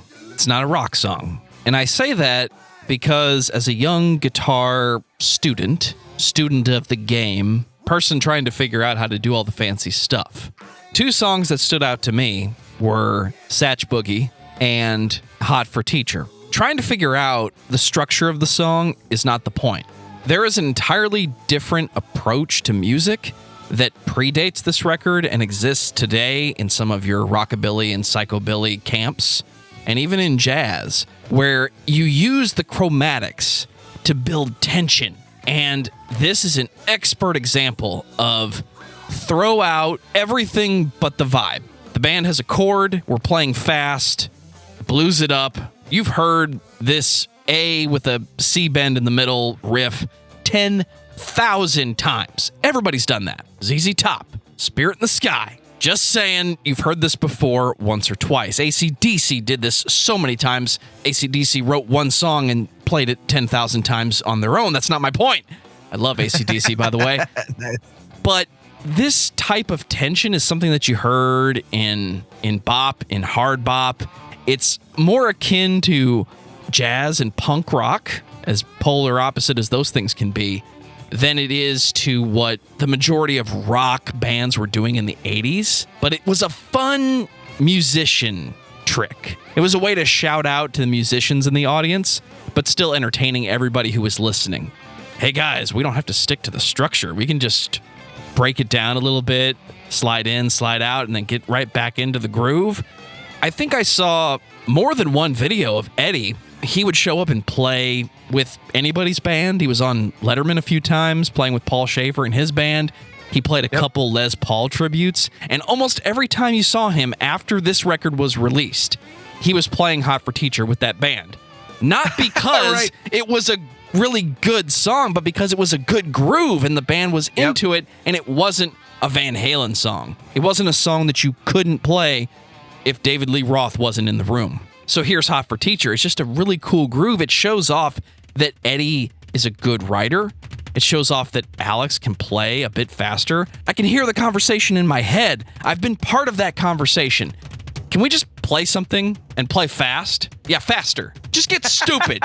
And then this is what comes out. So I feel like that's what this is. It's not normal to Van Halen, but this is what happens when you push those guys to do something. Just do it right now. And I'm convinced the overdubbed drums in the beginning, I'm convinced that's a mistake. Somebody started the track at the wrong spot, and what we got was that, and happy accident, somebody caught it and said, no.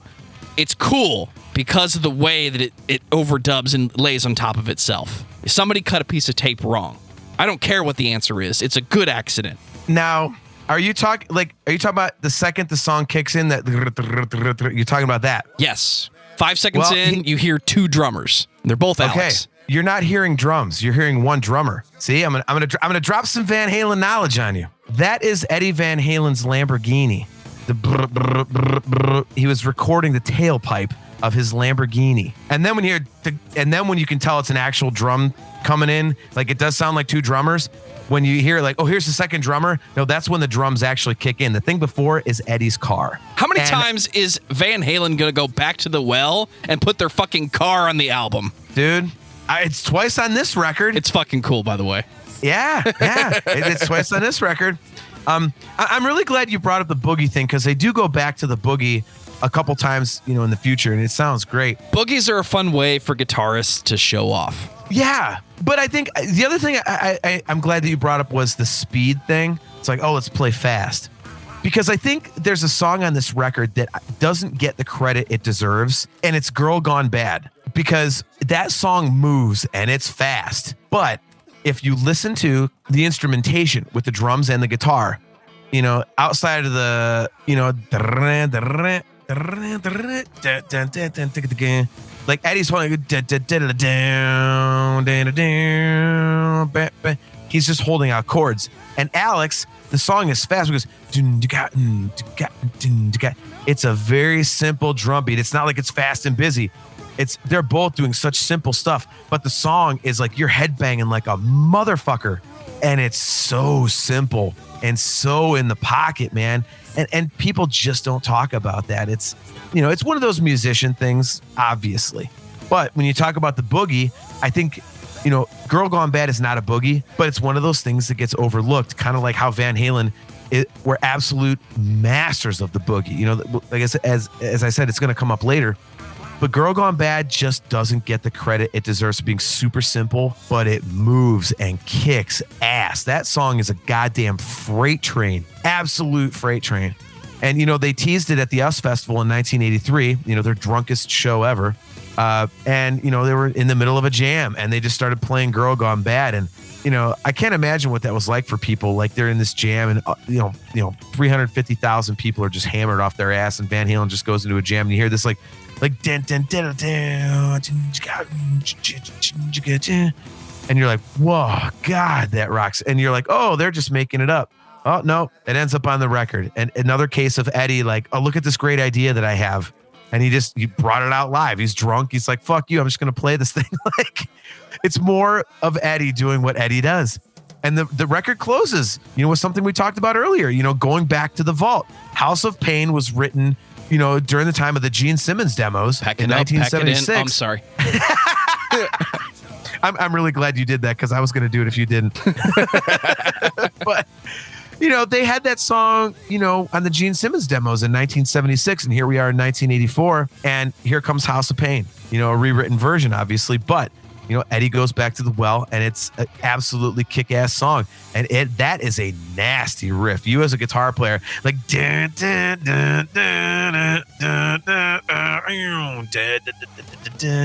like that song just jams. It's Van Halen is very good at giving you just enough. And you're like, okay, well, cool. I'm good with that. It's like 4 minutes, 3.5, 5 minutes, whatever. House of Pain is one of those songs you're like, God damn, I wish that song was longer. Like, it fucking rocks, man. If Van Halen has perfection, it's the first record and the last record of David Lee Roth's tenure with the band. I do think Van Halen in 1984 are perfect. They may not be perfect records, but they're perfect to me. It's a perfect hour of music, experimentation. I believe if I see this band live, it sounds like this. So what happens in the next 2 years, John? In 1986, we get 5150, which, despite being a trademark for Van Halen for a long time, till the end, honestly, it's just cool. But this band is not the same Van Halen. It's not the same vibe. It's not the same production. I assume they were recording in their own studio at this point, and that's why it's called 5150. You are correct. But you have a new singer. You have a new vibe, and I want to get it out of the way early. If all of David Lee Roth's songs are about getting girls and being the most important thing at the front of the stage, Sammy Hagar's songs are about hanging out and having a good time and loving everybody. I'm also ashamed to admit that for a long time, I thought I Can't Drive 55 was a Van Halen song because I saw him play it with them so many times. It does fit, man. Hell, dude, One Way to Rock, another one that they played all the time with it. My band closed the show tonight, or this afternoon, I should say. My band closed the show this afternoon with One Way to Rock. And, that sound, the way that they played it, Van Halen, when they did it back in the day, sounded like a Van Halen song, not a Sammy Hagar song. So I can't fault you for that. 2 years later, what happened? Well, during the touring for 1984, Dave started recording a few solo tracks. And, California Girls, he was really proud of. And he did his Crazy from the Heat thing, and he was just going to do his little solo bit, and it was the beginning of the end, man. Eddie had enough of him, and the guys didn't think California Girls was that great. Dave wanted to do his thing, and they were just finally so sick of each other that they couldn't work together anymore. And with Dave doing his solo thing, and basically in the Noel Monk book, they were Alex was so far into his alcoholism, it was ridiculous. Eddie was so coked out, it was crazy. Dave was on such an ego trip that he was basically uncontrollable, and then he does the solo stuff. So they fire Noel Monk, and a couple months later, Dave ends up leaving the band because he just thought he was bigger than what he was. He figured, I'm the front man of the biggest rock band in the world, and everybody loves me. It's not all about Eddie Van Halen. It's about me. I obviously I can go do whatever I want. Especially considering California Girls had come out, was a massive hit. So he's like, okay, I got this. And then he was, to hear him tell it, he was tired of the Van Halens just sitting on their asses. He wanted to go. And they just wanted to kind of like relax and take some time and do their thing. And, again, substances played a big part in this. But the rift was so vast between the two parties that it was not a tenable work situation anymore. Dave leaves, thinks he's going to be the biggest thing ever. Van Halen wonders, can we continue? They have the little flirtation with Patti Smythe, a couple other people. Eddie considers doing, a record with a whole bunch of singers, Phil Collins and, guys like that. And Alex talks him out of it. Oh, that would have been weird. Dude, could you hear Van Halen playing in the air tonight? Dude, Eddie wants to try everything. One of his most famous quotes is, if I want to play Bavarian Cheese Whistle, I'll play Bavarian Cheese Whistle, because he doesn't give a shit. He going back to the covers thing, he always said, I would much rather bomb with my own music than be successful with somebody else's. The guy doesn't give a shit. He wants to play. Like he always said, like, Dave is a rock star, I'm a musician. And that's all Eddie cared about, is playing. And he's like, I'm going to play whatever I want. If you want to buy it, cool. If you don't, cool. I don't give a fuck. It's what I do. I'm a musician, so I just put stuff out. So, the whole All-Star record, like you said, like, can you hear Phil Collins with Van Halen? No, I can't. I don't want to. Yeah. I mean, he's talking about like Joe Cocker and guys like that. This thing, it's weird. Now that would have been vocalist. Cool. I'm feeling all right, but it's Van Halen. That would have been cool. Yeah, I mean, I could see that. But, Claudio Zampoli actually is the man that we can thank for, the clouds parting and the angels singing and Sammy Hagar coming into the lives of the Van Halen brothers and Michael Anthony, because Claudio Zampoli is a car mechanic who actually you can see Sammy talking to in the beginning of the I Can't Drive 55 video. Come on, John. You have it in you to say it the right way. Yeah, I Can't Drive 55. Wow. So well done, sir. Well done. It's as good as you're gonna get. So Claudio Zampoli had a high-end mechanic shop. He was actually a salesman for Ferrari. I believe it was Ferrari, either Ferrari or Lamborghini.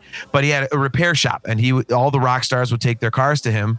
And, Sammy had a car in there. It was basically a race. It was a Ferrari, but it was like one of the top-end ones, which in his book, Red, My Uncensored Life in Rock, which is a phenomenal book if you have not read it, he says that like the tune-up on his car basically costs the same as buying a regular street car. And as he's in there, drops his car off, and Eddie had his Lamborghini in there, and he comes in and, he sees Sammy's car, and he goes to Claudio. He's like, well, man, that's a sweet car. Whose car is that? And Claudio's like, well, that's Sammy Hagar. And that led to Claudio giving Eddie Sammy's number, and he called up Sammy, and they had a couple jams. And Sammy was ready to get out of the music business at the time, which is kind of one of the ironic things. And he just wanted to go down and jam with Van Halen. He's like, man, maybe I can have Eddie write some songs with me, whatever. But, he describes in his book that, he went and played. He was totally fried. But when he went back and they had tapes recorded. And when he went back and listened to the tapes, he was like, I felt it. I heard it. It was so unbelievably just grooving and powerful.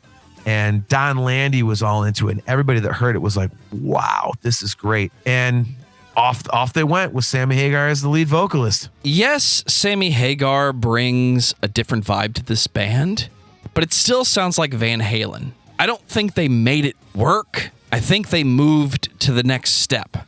The strangest part of this record, what stands out to me, is Alex's drums. Digital toms with acoustic everything else. I'm not going to pick on it because I've read that book. And I've heard that book in the 80s. Let's be honest. Digital drums were a fad. It was the thing that everybody was trying to push. That sound, the Def Leppard sound, the Pyromania sound. But I could see Alex sitting there going, yeah, I can do that, but I need my snare. Alex Van Halen has one of the most interesting snare sounds because he doesn't change it. He does not copy anybody. He doesn't have the Bonham snare. He doesn't have the Gene Hoglan snare. It sounds to me like dude bought a drum set and cranked it, and that's the sound he kept till the very fucking end. And I'll give him those props. So, okay. I love that you bring that up because that's something that never gets mentioned except for it, the times you're talking to a musician who knows drums. That, like Eddie's guitar sound, like you ever hear something come on the radio, like when you heard Beat It, for example, the guitar solo kicks in, you're like, oh shit, that's Eddie. When you hear Alex's snare, that's Alex fucking Van Halen. And to your point, it always sounded the same. He's got that sound. He's got that sound to the point that Eddie was on record many times as saying that what we call the Brown sound for his guitar was not actually where that term originated. The Brown sound was actually used to describe Alex's snare sound. So, I mean, it's just iconic. And, again, if you're a musician, you know it. If you're a Van Halen fan, you've read up on it and everything, you know it. But the average, just music fan who's kind of into Van Halen, they don't realize it's there, but it's always there. It's like that beat up pair, your favorite pair of beat up jeans or shoes. It's always so comfortable. You can wear your nice new ones and go out and have a great time, but you always come back and there's always that old beat up favorite pair that's just, it's always there for you. It's solid. It's there all the time. And I don't think the digital toms are an 80s decision. I think this is an early recording of what was or would become the epic 5150 studio. Because I swear I can hear the sticks hitting the pads, which tells me they had a smaller room or a smaller space than they needed, and they were just trying to control the extra noise. But who fucking cares? This album is huge, and controversial statement incoming.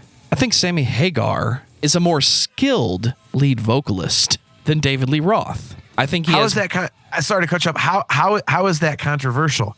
No one can deny that. Even the most fervent Dave honks, and believe me, they're out there, and boy, are they obnoxious. But even the most fervent Dave honks, you got to admit, Sammy is a phenomenal vocalist. Dave kind of yells. And if you do your Van Halen research, Ted Templeman had a bitch of a time recording Dave's vocals because the guy didn't have good rhythm, didn't have good pitch. So I don't think what you just said is a controversial statement. Why do you think it's controversial? Because Dave is arguably the greatest frontman of all time. Sometimes the lines cross with great lead vocalist and great performer. There's a difference between your vocal ability, your technical ability, and your performance ability. Sammy Hagar is a cool fucking dude. If I get to hang out at his fucking place one time in my life, I'll consider it a success because I'll probably get dragged on stage. That's how fucking cool he is. Yep. Dave is the epitome of the 80s frontman. It's all about me. And other vocalists do the exact same thing. Freddie Mercury commanded the fucking stage. Yes, it was about him, but it was about the band. It was about the music, and it was about how everybody was there to participate in the fucking show. Sammy Hagar makes the vibe totally different. Everybody's there to have fun, and everybody's there to participate. Sammy Hagar is showing off the band. And I think there's a piece of Van Halen's history that you need the vibe to be a little douchey at times. And I think Sammy Hagar just cleans it all up and says, guys, no, this is the greatest rock band of all time, and I'm just going to sit here and sing, and we're all going to hang out together.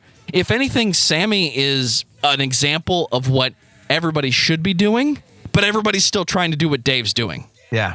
No, I totally agree with you. And, Dave himself phrased it absolutely perfectly, because his famous statement was, Sammy throws a party, I am the party. And you can't say it any better than that, Well said, and sir. Dude, I mean, I give Dave all the credit in the world for that. And, he's correct, but that's also why Dave is a goddamn douchebag. Dude, I was super lucky. I got to interview Sammy in 2002. And if I wasn't the first person to hear this, the first quote unquote journalist to hear this, I was right in the front of that line. I was one of the first people that he told. I asked him flat out. I was interviewing him about his upcoming tour with Lynyrd Skynyrd, and we got around to Van Halen stuff. And I flat asked him, I said, is this, would you ever consider getting back with Van Halen? Obviously the bad blood is it's a well-traveled road. Everyone knows. And I was one of the first people he told. He's like, you know what? Yeah, like I would do this. I would get back together with them. And me, I was thinking like, he's going to be like, nah, fuck that. But when he said, yeah, I would do that, I was like, oh my God, Sammy could be back with Van Halen. Like, and it was awesome because, we went on to talk about it a little bit. And he was talking about how, it was like a brotherhood. And even though there was bad blood when he left 6 years prior, he was like, Eddie and I were like best friends. We lived, next door to each other in Malibu. And we wrote these incredible records together.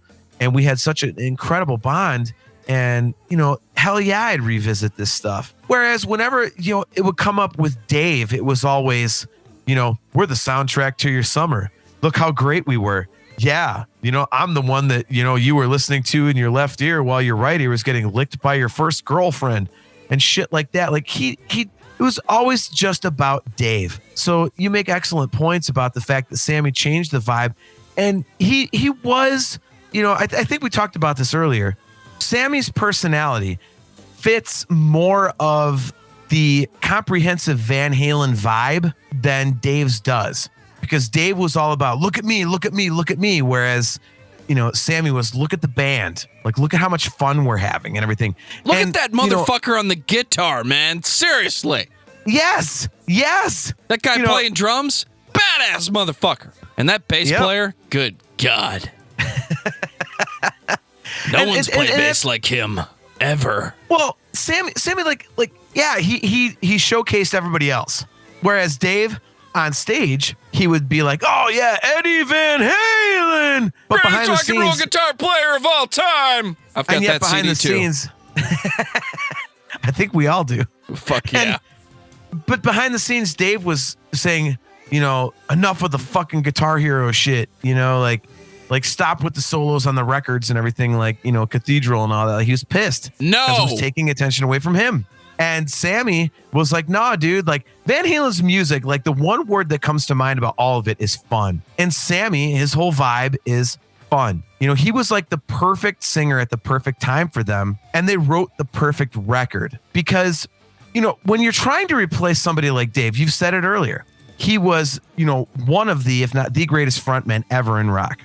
And Van Halen, they come off a run of 6 records, which, as we said, were bookended, first record, 6th record, diamond. The rest were all multi-platinum records, just unbelievable success. And all of a sudden, we got to change singers. And here comes Sammy Hagar. And yeah, he was successful in his own right. He had VOA, he had Sandy Hampton, he was in Montrose, all this other stuff. But 5150 was the perfect record at the perfect time. Because if you think about it, and we're going to get to this record next, if Van Halen comes off of 1984, has Sammy Hagar join the band, and they put out OU812 as the next record, the whole thing fucking flops. It does.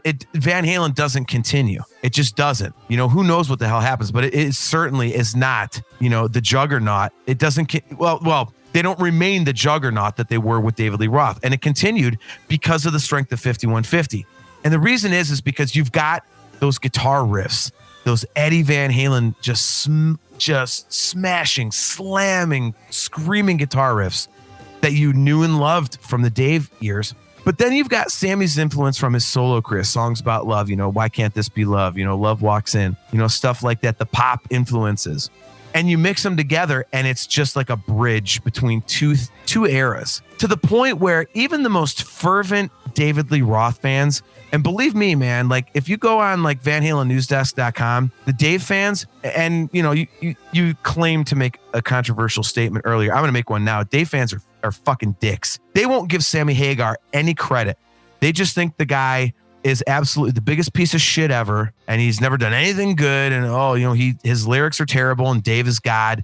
Even on the Dave tours in 2012 and 2015, when Dave sounded like a cat getting hit by a car, they're like, Dave still got it. He's on top of his game. Yeah, okay, dude. What the fuck ever, dude. You can like David Lee Roth and Van Halen still be honest and say he sounds like shit. So those guys, even those guys, you'll see them on Van Halen News Desk in the comments section, or if you're on Blabbermouth on a Van Halen or Sammy article, and they will say 5150 was a kick-ass record, So the people that wanted nothing to do with anything past David Lee Roth, they love 5150. Eddie and Sammy put together the most perfect crossover record you could ever put together because it kept Van Halen alive. It was like, okay, we're still what you love, but there's a little bit something different. And then they went into something really different with OU812, which again, we'll get into. Let's get there. It's 1988 and it's weird. I don't hate it, but it's not 5150. 5150 was a definitive turn in the band's discography. It's the same band with the same chops, the same songwriting, but a different voice. And I love what Dave does. He does his own thing, and he needs credit for that. But if you wanted to put Dave's thing on paper, it's, I'm going to say the thing. It might be controversial. It might not be. But I'm trying to piss off your parents, so every line is going to end with this cat strangler shriek. And that's fine, because Dave said it himself. He is the party, so he's trying to perform. Dave is the little kid who's trying to show off for mommy and daddy and everybody else at Thanksgiving. Sammy Hagar is trying to sing the fucking melody. So it's all right, but it's not the same thing. Van Halen OU812, which I'm told has some meaning. You don't know that story? It's a very simple story. Tell the story, John. The people want to hear the story from you. I feel bad saying this because people listening are probably like, duh, we know this. But yeah, it's very, very simple. David Lee Roth put out Eat 'Em and Smile, which was part of a comment from an interview where Dave felt like the Van Halen brothers were just dissing him in interviews. And Dave said, and I'm paraphrasing here because I don't have it up in front of me, but it was, he's like, people, the Van Halen brothers demand a comparison. The fans, the people demand a comparison. It's like, okay. And I didn't want to get into it, but I'm going to get into it. All right. You want a comparison? Me and Sammy and Van Halen, I'll eat you for breakfast, pal. And so his solo record was Eat 'Em and Smile, and OU812 was, U812. And it was kind of like an answer to, all right, yeah, eat 'em. And okay, well, we won't 812. Like, it was just kind of like a, tongue in cheek, like, yeah, whatever, dude. Like, it's pretty fucking funny. I'm not going to lie to you. Dude, it's like brushing a bug off your shoulder is basically the album title. So, hi, we're Van Halen, and this is our new album. Yep. And David Lee Roth, You Don't Matter. So, yeah, so there's the story. So the 80s were a weird time, John. People were taking shots at each other with vinyl. Right.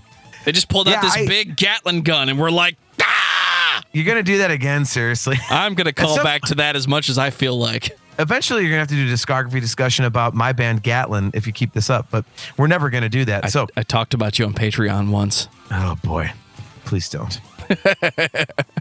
But Yeah, so that's where the album title comes from. And, you were going somewhere with what you were talking about. And I think I'm going to continue it. Actually, no, let's hit a pause. You were going somewhere like after I told the story. So you were going to say something. So I told the story of the album title. So then you get back to your point because you were about to make a really good point. What was I talking about?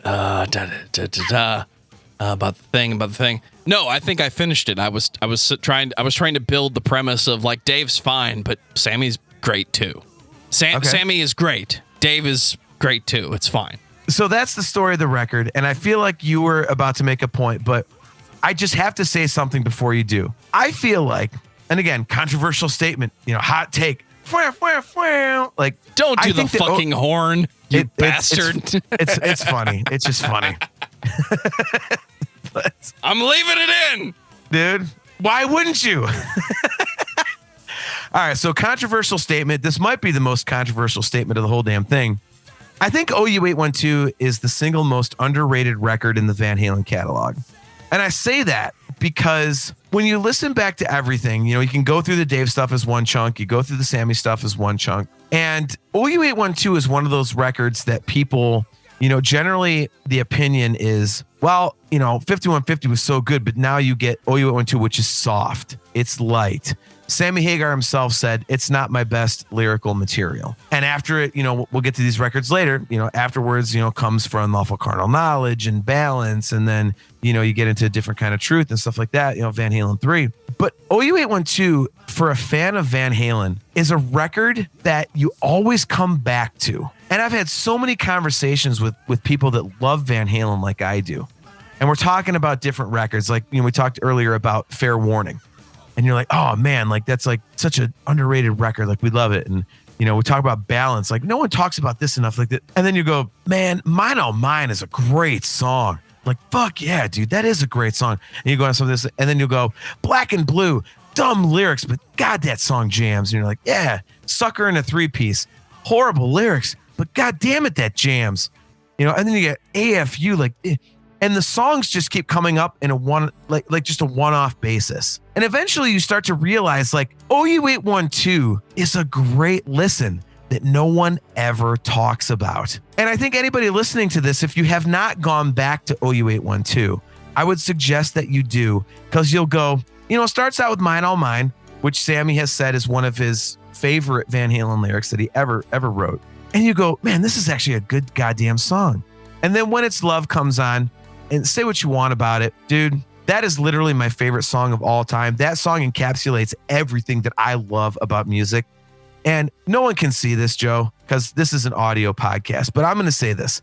Van Halen fans, no one can deny that when they listen to When It's Love, when the solo comes up and he goes, all of us scratch our head and do what Eddie did in the video, So there's that. And then, AFU comes on, and then Cabo Wabo. It's like, it's a record that you don't realize that you love until you haven't thought about it for a while. And then when you go back and listen to it, you're like, God damn, this does rock. OU812 is what the soundtrack of Bloodsport should have sounded like.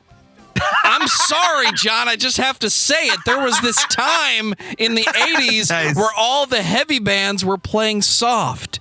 You remember Damn Yankees, right? It's the most metal-sounding band. It has Ted Nugent in it. And all the songs are fucking laid back and calm. This is a thing that happened in the 80s. It's fine. It's not the Van Halen that everybody loves, but I don't think it's bad. It's just not what everybody is signing up for if you're tapped into this band for the last 8 albums. But this tells me the band was not stressed out. If they were releasing OU812 in 1988, that was Van Halen just writing some fucking songs. It's the 80s, man. Everybody was getting blitzed until they weren't. Then everybody wanted to lay back a little bit. And I made a passing joke earlier about movie soundtracks, but seriously, every movie soundtrack in the 80s sounded like this. You remember Queen wrote several film soundtracks, and everybody loves them. Please tell me why Van Halen doesn't have the soundtrack credit on some of your favorite martial arts movies of the 80s. Because they're too good. They're just too goddamn good.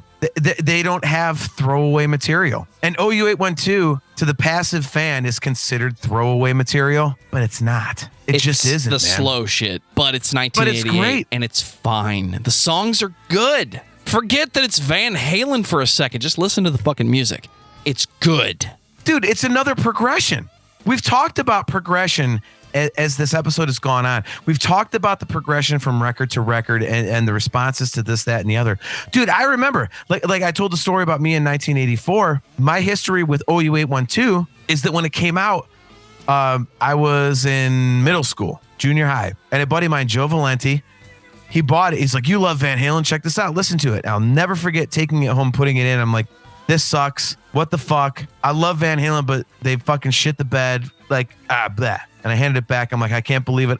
This is my favorite band, but now I can't like the band anymore. And I went and bought the record for myself on cassette. And just because I'm like, I got to have Van Halen and I don't like this. And I just kept I was trying to force myself to like it. And I ended up not having to force myself because as I listened more and more, I was like, oh my God, I'm digging this, man. To where now, like, OU812 is the record that that's the hill I'm going to die on. That's the record that I will defend more than any other. I just think it is so goddamn solid. And again, it's another progression. We talked about 5150 being a crossover record. Well, now OU812 is Eddie being like, you know what? I can write pop too and still shred. Fuck you. Exactly. You've got, Finish What You Started is this like kind of acoustic twangy thing. You've got, Feel So Good, which is like the most poppy thing they ever wrote. And then they back it up with Black and Blue, which is just, hey, I'm fucking a chick. It's... Who Says Dave is the only one that can write a song about this. Thank you. Yeah. And it's, dude, it's a great record. And as, I started out saying, when we started talking about this record, to anybody listening, if you're a fan of Van Halen and don't get into OU812, if you kind of like passively enjoy it, you're kind of into it, I highly encourage you to go back and listen to it now and just kind of think about as you're going like, yeah, there's some great moments on this. It's a really solid record, even though the production, like you said, you phrased it, it's light, it's softer in production. I think in production, I would say. In material, there are some heavy moments, but there's a lot of light moments, and I think they overshadow the heavier moments. It's a damn good listen, dude. It's a fun record. And it's just like a good summertime fucking record to listen to. Let's talk about material for a second, John. I'm going to give you 2 minutes. This band on record has been around for 10 years, and they have released 8 records. Is anything up to this point dated? OU812 sounds like when it came out, but does Van Halen reek of the 80s the way other bands do? Because to my ears, the first 2 albums do not sound like 1978, and they never will. They sound like they came out much later than that. So how does this discography stack up as we move into the 90s and what I'm going to call the strange times for Van Halen? Right. I'll be completely honest. I don't know if I'm qualified to answer that question because I never buy into the something is dated argument, because to me, a good song is a good song. And that having been said, if I'm trying to look at things through, the lens of what you brought up, Van Halen 1 and 2 do not sound like 1978 and 1979. I'll give you that. Obviously, we're talking about OU812 right now. Does it sound 80s? Now, does it sound dated? Did it sound dated then? I think some people could make an argument that, yeah, it does. It did sound dated. I personally don't subscribe to that because the songs still hold up. It's like when you listen to, let's say, a Rat record. I fucking love Rat. It's awesome. But when you listen to it, you go, oh, man, hair metal. Fuck yeah. Dude, it's fantastic. You listen to Poison, the second record, Open Up and Say Ah. You get stuff like, look, but you can't touch. You get there's heavy riffs and shit like that. And you're like, but you listen to it, you're like, yeah, fucking Poison, man. God, I love the 80s. But when you listen to Van Halen records, I don't think that any of them sound like a product of the times.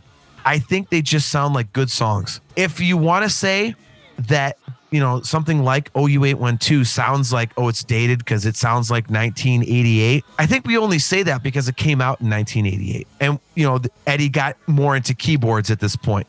But he was didn't get into more keyboards 2 albums ago. Exactly. This is Eddie Van Halen, doing more of Eddie Van Halen stuff. He was so into keyboards, but it was not like the vocal feature. And as we said, 5150 is a crossover record. You start, you've got the stuff in there with like, Why Can't This Be Love? And, Love Walks In. And because that record established them with Sammy to where they're a success, now he can get back on his, here's what I want to do. You have stuff like Feel So Good and When It's Love. Like, I don't think it sounds dated. It just sounds like Eddie progressing and doing what he wants to do. And they're just damn good songs that just happen to be recorded in the 80s. So I don't think it sounds dated. Now, again, to anybody listening and to you yourself, man, that may be me being a fanboy. But that's the way I see it, man. They're just damn good songs. 1991 for Unlawful Carnal Knowledge, an album title I still think doesn't make any sense. You are wrong. We're going to disagree right now. For Unlawful Carnal Knowledge is a fucking great, no pun intended, fucking great album title. It is awesome. This is a record, by the way. The original title, Sammy wanted it to be Fuck Censorship. So this was like right after the PMRC stuff. Bravo, Sammy. Dude, and the record label talked him out of it because they're like, you guys are selling a ton of records. If you try and go to Walmart and put out a record that says fuck censorship, like, you're not going to get in all the major record stores. So, he was actually training with, he was doing some boxing training. Somebody, one of the famous boxers, I can't remember off the top of my head right now, and he's like, Sammy said, I want to call the record Fuck Censorship or Fuck. And the boxer guy goes, oh, fuck, for unlawful carnal knowledge. And Sammy's like, ooh, what? I said, yeah, that's the origin of the word fuck. It's, for unlawful carnal knowledge. They would, back in the 1800s or something, he told Sammy this story that, women that were found to be cheating on their husbands or something like that would be, put in the stockades in the center of town. And they would have, on the wood above them would say, for unlawful carnal knowledge. They're busted for unlawful carnal knowledge, which is where the word fuck came from. So that's why, Sammy's like, well, if I can't call the record Fuck Censorship, let's call it Fuck, which then got changed to For Unlawful Carnal Knowledge. And I disagree with you. It's a kick-ass album title. And dude, it is a kick-ass return to form if you are an Eddie Van Halen guitar fan. Because you've got right now with the piano, that is the only keys you've got. The rest is just Eddie Van Halen being like, you know what? I think I'm ready to play some guitar again. And play the guitar. He did. This might be the most dense Van Halen record to date. And up until A Different Kind of Truth, I would tell you it's the most dense album overall. I think Eddie just loosened up a little bit and let the mix be what it is. Because at the end of the day, there's value in what they've been doing. They want it to sound like a live band. At the same time, it's a record. So I have the ability to do more. Why can't I do more? Especially if you're doing just enough to thicken up the sound and make it sound better.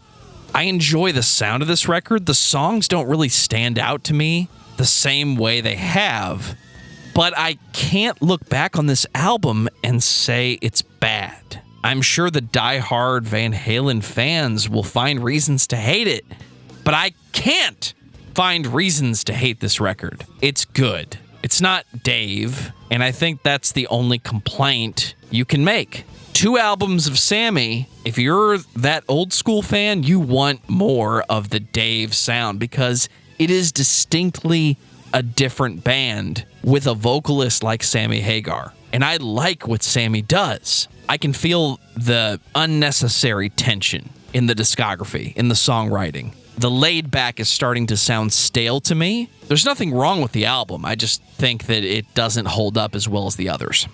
This is going to be the point in the discussion where you and I completely disagree. This record fucking kicks ass.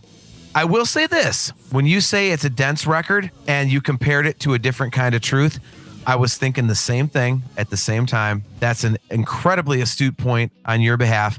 The one thing that has been said about this record is that it's a lot of stuff trying to fit through a small speaker. Yes. And I agree with that. that having been said, this record fucking kicks ass. I was 15 years old when this record came out, and I was biking from my hometown to the town, the next town over, looking at records, getting ice cream at the Baskin Robbins, going to the CD shop, buying shit, going back and forth. And I burned out, I can't even tell you how many copies of For Unlawful Carnal Knowledge.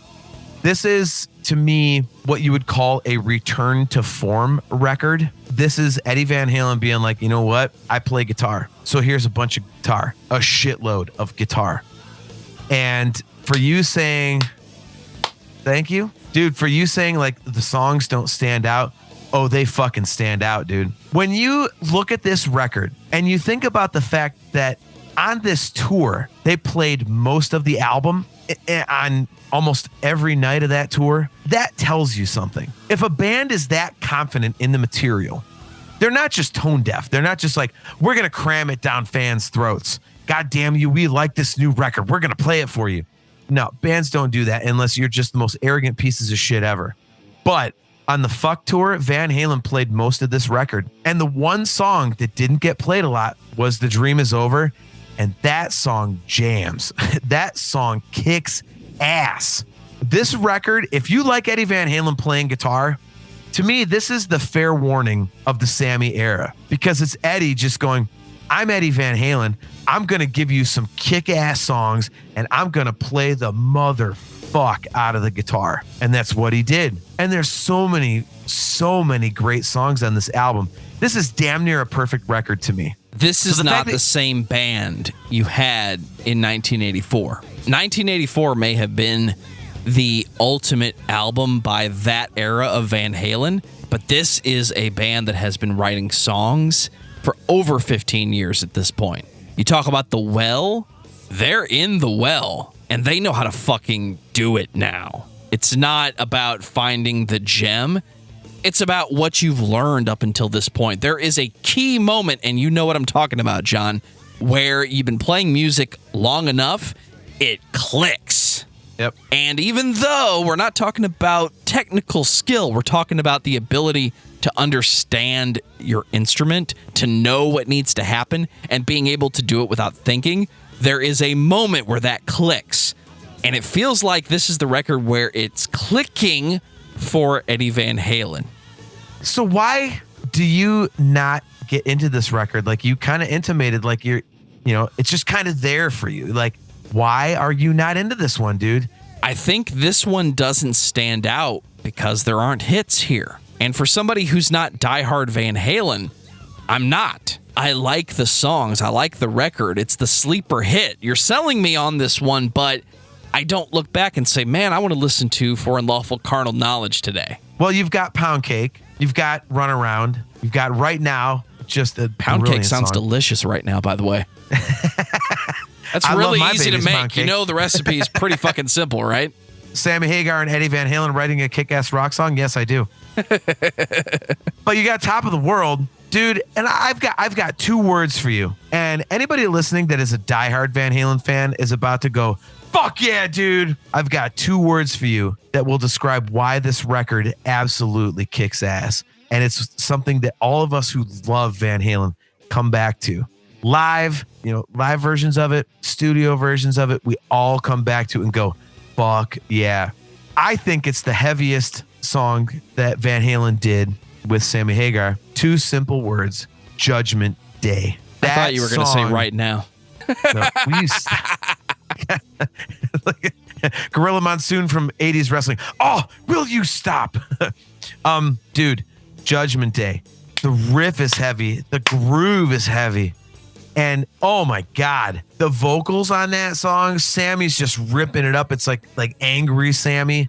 And at the end, we said, at the end, we'll get into the live stuff. Dude, Michael Anthony and Sammy Hagar,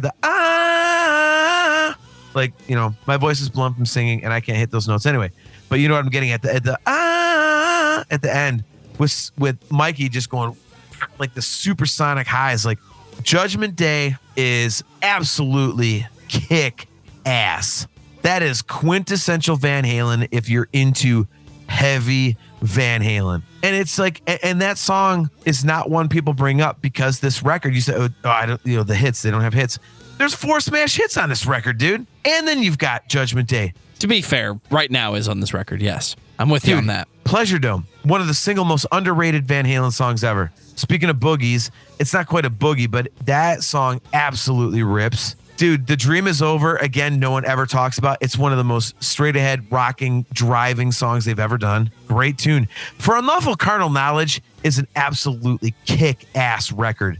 And it is a kick-ass Van Halen record, man. This is one of their very best and one of my favorites in their catalog. You've convinced me, John. I'm going to spend an entire week with this album, and I'm going to come back, and I'm going to give you a symposium about how right you were about this record. 1995, Balance. I appreciate the throat singing in the beginning because I've been practicing that lately. That's hard to do consistently. I'm just saying. Real quick story before we get into this. The first Van Halen show I ever saw was on this tour. My father would not let me go to concerts until I turned 18. My older brother, as I mentioned earlier in the episode, is 9 years older than me. I could have gone to the 5150 tour with him. I could have gone to the Fuck tour with him. My dad wouldn't let me. So 95, I'm 19. I could finally go see Van Halen. And of all bands to open, Collective Soul. I have never seen a more boring opening band. And I'm not just saying that because I couldn't give a shit less who was opening. I was waiting for Van Halen. They were boring. So you turned your head and spit them out? Oh, is that a Collective Soul pun? Because I don't know anything they do besides shine. Clearly you don't care because the fucking band wasn't there that you wanted to see until Van Halen came out. No. And, so it's 95, it's the Balance tour. And Collective Soul played for maybe 40 minutes. To me, it felt like 3 hours. I'm like, get the fuck off the stage. Like, You're opening for Van Halen. No one's here to see you. Well, and it's my first Van Halen show ever. I'm a 19-year-old kid. Like, I have no tolerance. So anyway, Collective Soul gets done. The whole changeover is going on, but all of a sudden the whole place turns black, and I'm losing my mind. I'm like, oh my god, I'm going to see Eddie Van Halen live for the first time. Oh my god, I'm so ready for it, and it stays black, and then all of a sudden, whoa, the Gregorian chants. And to this day, man, I've told everybody this story, and I still feel it's true. I swear that chant went on for 10 minutes because I'm waiting for the boom, bam, going into the seventh seal. That chant felt like it went on forever, but it was so badass. Like, because it's like, you knew what was coming, John. Yes. Well, and on the record, though, didn't you think, like, when you're, it's not going to come into some keyboard riff and some poppy, happy thing. Like, it kind of felt like, oh, something's coming. And then you go, boom, bam, seventh seal, dude. So it's Van Halen. Dude. Anything's possible. And it's Van Halen's 1995 record, Balance. The record gives me an Iron Maiden vibe. I don't have a better way to explain it. The way Eddie is playing, the way Alex is playing, the way Sammy is pushing and pulling with vocals at times, it just doesn't sound like the same Van Halen. You said earlier, Fair Warning was a dark album. I was hoping you were going to go here. This album is the darkest of the Sammy records. But if Fair Warning had a Black Sabbath vibe, this had an Iron Maiden vibe. You know how Bruce Dickinson tells a story sometimes? Sammy is tapped into that exact same vibe. It's not the same, but it's in the same arena. It's weird. It has a different feel. I don't want to call it progressive because it's not that, but it's not a normal Van Halen experience. It is in parts, but for the most part, you are dead on. When you look back at this record, knowing what we know now, you can hear the tension. You can hear they were not getting along. You can hear that they were just absolutely butting heads.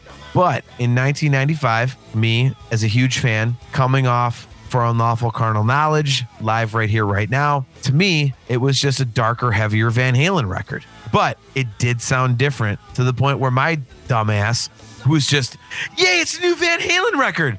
Even I was like, yeah, this has got kind of some darker stuff. And I did think Fair Warning. I mean, you made an excellent comparison. It is, the Sammy version of Fair Warning. But there are happy moments as well. And that's what's weird. This record to me is the one Van Halen record that's up and down and up and down and up and down and up and down. You know, Seventh Seal is stark and it just kind of drones, you know. But then you get I Can't Stop Loving You for the second song.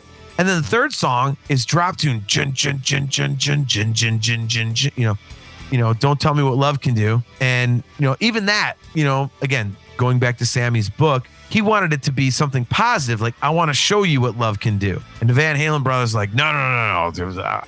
Don't tell me what love can do.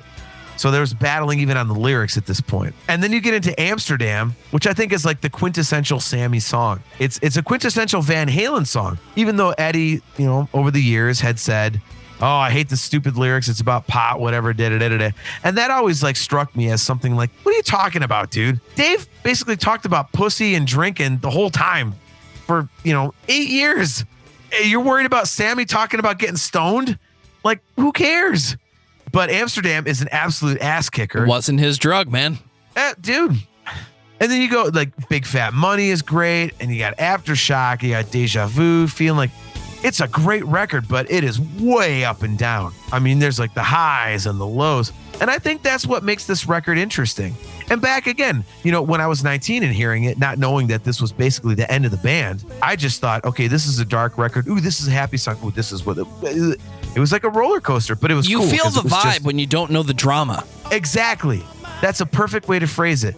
I was like into it, like, ooh, they're happy, they're sad. Ooh, like this is the Van Halen record that takes you on a journey. Every other record is kind of in one particular vibe. This one is all over the place, and it's cool. It makes it very unique in their catalog, and it's a very special record for that reason.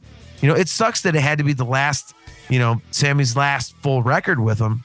But it's awesome that they had that, because up until this point, you know, 3 Sammy records, 6 Dave records, you know, they hadn't had that album that is just everywhere. Why are you holding up the number 4? It's 4 Sammy records, right?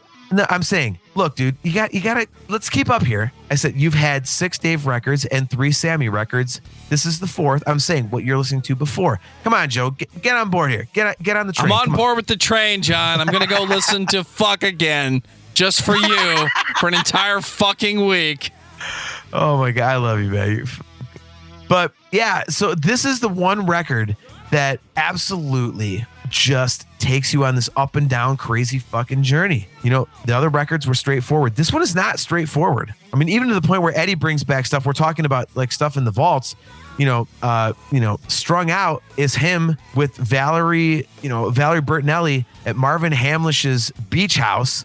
And I think either 82 or 83, they had stayed there. And he's got this, you know, full-size grand piano. And Eddie's taking forks and spoons and scraping he's all fucked up on booze, like scraping the strings and the piano, just destroying this beautiful instrument and recording it. You know, he takes this like multi-$1,000 instrument and fucks it up with forks, you know, just to see what it would sound like. And it ends up on 1995, you know, a 1995's Balance record. It's like, again, Eddie doing Eddie stuff. So even this late into their career, Eddie is still being Eddie. It's been a fun ride, John, but I have to ask, in 1998, is this the only pass on the discography? Van Halen 3. This is a very difficult record to talk about. I actually thought about this on my way home from my gig this evening, because I was listening to this record and I'm going, man, I remember back in 1998, I was kind of an apologist for this record. I'm like, yeah, there's a lot of good stuff on here. And as the years have gone by, it's gotten less and less and less, most generic term ever, good to my ears. And when I was thinking about it on the way home, I think what it was is, in 1998, I was really going down the Dream Theater rabbit hole. So I was getting into all this crazy progressive stuff. And I was like into this like weird music I'd never heard. So when the Sharon record comes out, you know, Van Halen 3, it was weird. It was not what you were expecting. And I think I accepted it because I was listening to weird shit at the time. But now when I go back and listen to it, I'm like, this is just not good. I mean, Gary Sharon himself has said this was a collection of demos. When you listen to the production of this, and here's another thing to go back and listen to. When you listen to the way that the vocals are recorded, all the S's and F's, they sound like, so. it sounds like, and God, like anybody listening, I'm not saying something offensive. Please don't take it this way. It sounds like anybody singing on this record had a speech impediment. It like the S's and S's. It sounds weirdly, and you've been in the studio, John. You know what happens if you use too much of that de-esser. Yeah. It doesn't work. It was really messed up, dude. It was really messed up. And there's only a few songs on this record that really hold up. Without You sounds kind of Van Halen-y. Fire in the Hole would fit pretty much anywhere. The rest of it, man. And unfortunately, the reason the record's like this is because this is when Eddie was like, okay, I'm officially in charge. Fuck Sammy, fuck Dave. I'm the guy. This is when he finally, started walking around, pardon the term, started walking around with his dick in his hand and like, I'm Van Halen. And it just did not work out. It didn't work out, man. I mean, the tones aren't good. The drums sound thin. It's like the first time Alex's drums sound thin. And Eddie just is doing whatever the hell he wants. And again, going back to the whole, I'll play Bavarian cheese whistle, that whole comment. At some point, you do have to keep in mind that you have an audience. And I give him all the credit in the world for me. Like, I don't give a shit. Like, if I put out something that sells 10 records, like, I don't care. I just want to write what I want to write. Cool. But you can't do this. It's just not good. I don't know what to call this. I can't find a positive here. You said this was demos. It sounds like it was demos. Eddie Van Halen is walking around making all the decisions. It doesn't even sound like one of the greatest guitarists of all time making all the decisions. There's not enough guitar for it to be that. So I don't know what it is. Something's missing. Something in 1998 was missing from Van Halen. And try as they might, look at the archives, go back to the well, whatever you want to call it, this one just doesn't add up the right way. I'm not going to say it's all bad decisions. There's some interesting ideas, but that's the difference between this record and 1984. This is some good ideas. That's a phenomenal record. And calling it Van Halen 3 feels like a flex to me. It doesn't feel sincere. It sounds like the band really wants to buy their own hype. And I don't have a nicer way to say it than that. I get why you would say that, but there is a lot of stuff to listen to here. It has some of Eddie's most innovative guitar stuff. And not from I'm doing Cathedral, I'm doing Eruption, I'm doing tapping stuff. When I say that, I mean like he's playing chords on this record that you've never heard him do before. I love Eddie Van Halen. Obviously, like we've been through this. I'm the biggest Eddie honk there is. But he does repeat things. You've kind of got the Eddie Van Halen trope throughout the catalog, which is totally fine, as we've said. But on this one, he plays some different stuff. And one of the things I realized when I was listening to this on my way home today was Eddie tends to go up. Like the notes go, the notes go, the notes go, the notes go, the note. That's what you're kind of used to listening to. And I realized that because on this record, the notes go, the notes go, they go down. I'm like, wait, what? Huh? That's not what Eddie does. He does do some really interesting, really innovative stuff, in terms of what he does, innovative stuff. So in that respect, there's, some good things to listen to. I think Josephina is a good, catchy song. Fire in the Hole is, the one quintessential Van Halen song, I think. And dude, honestly, like I was telling my wife tonight, we're driving home and I'm listening to this, and Fire in the Hole at the end when it's the drop tune, like super like tuned to Q Eddie, I was like, give me a whole record of that, dude. Give me a whole record of that because it's awesome. Like, so there's that aspect to it. So there's a couple good things here. And, let's do it again. Controversial statement. The song that everybody murders on this record. How many say I? I kind of dig it. Really? Dude, the lyrics aren't great. I fully admit that. But the concept behind it and how raw it is and how simple and honest it is, I love. And maybe this is another controversial statement. I think people would have accepted the song more if Gary Sharon's voice wasn't on it. Because Eddie was doing his smoker voice, like going in and out of it was, kind of the Joe Cocker-ish thing. We talked about Joe Cocker earlier. And then when Gary comes in, it's like How many say I? How many say I? Like perfect notation, perfect this. But that's not what Eddie was doing on the song. So their voices don't blend at all. It's just battling.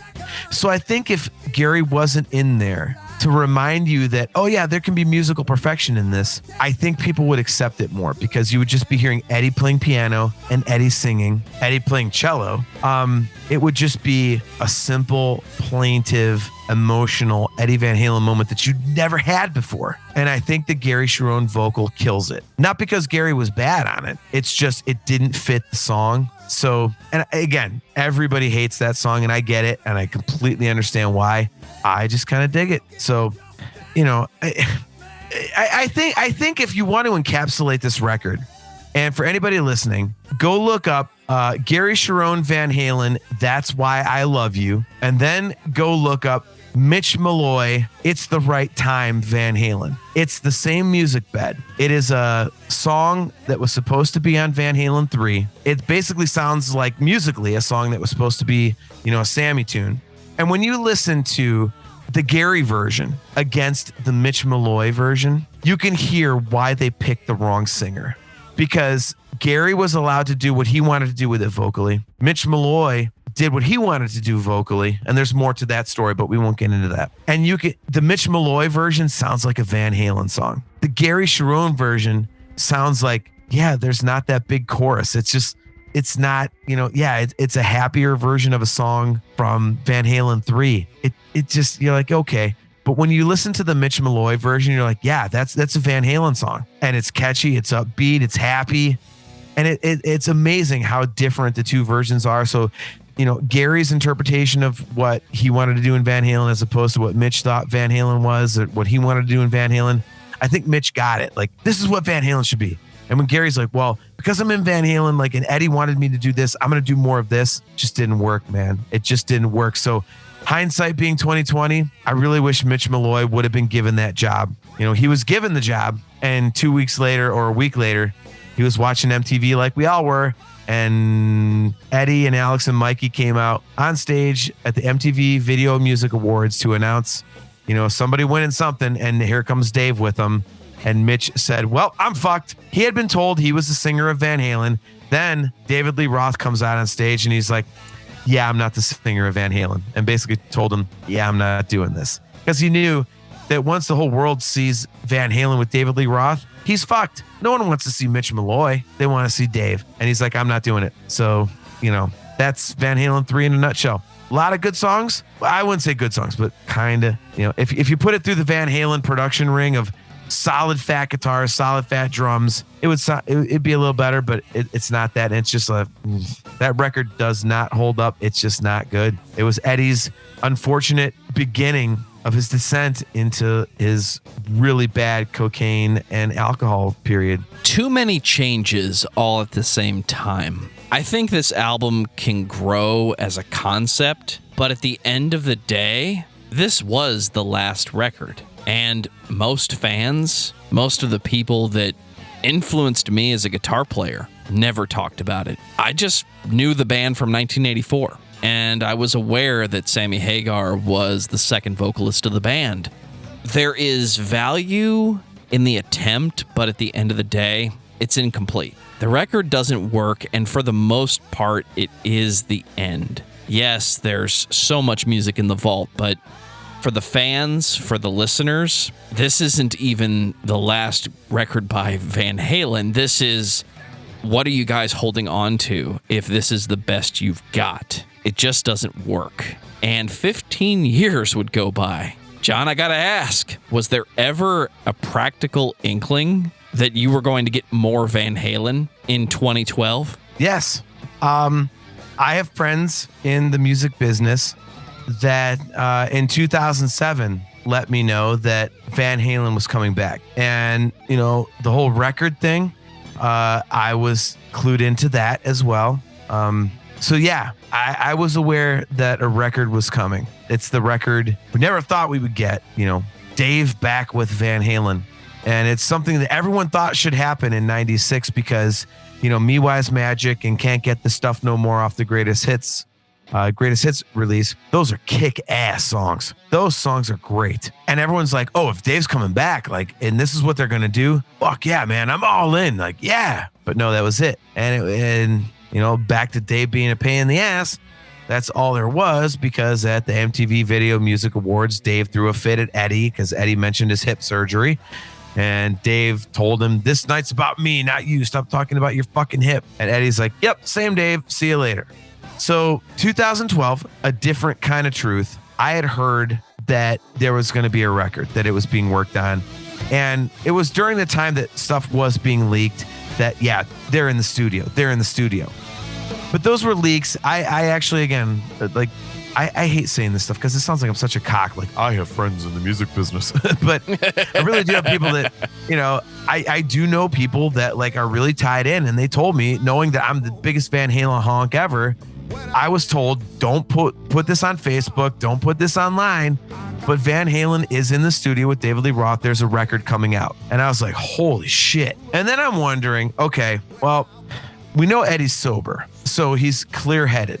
Are we going to get back to Van Halen? Are we over the, you know, the weirdo, you know, frickin' I've been to a guru and done all this soul-searching shit on Van Halen 3 and everything, and the unfortunate tour that was 2004, which ironically was the tour that I met Eddie Van Halen. He was the most beautiful, sweet person ever. So I had a completely different experience than most people did on that tour. So it's like, what are we going to get? You know, and the record comes out, they release Tattoo, which I thought was cool, but I'm like, and I don't know how you felt about this, but I felt like, all right, this is cool. Like, I was into it, but I'm like, I was expecting something that roars, kind of like something like, I don't know, She's the Woman. How do you feel? I'm going to ask you a question because you've been asking me questions all night. It's what I do, John.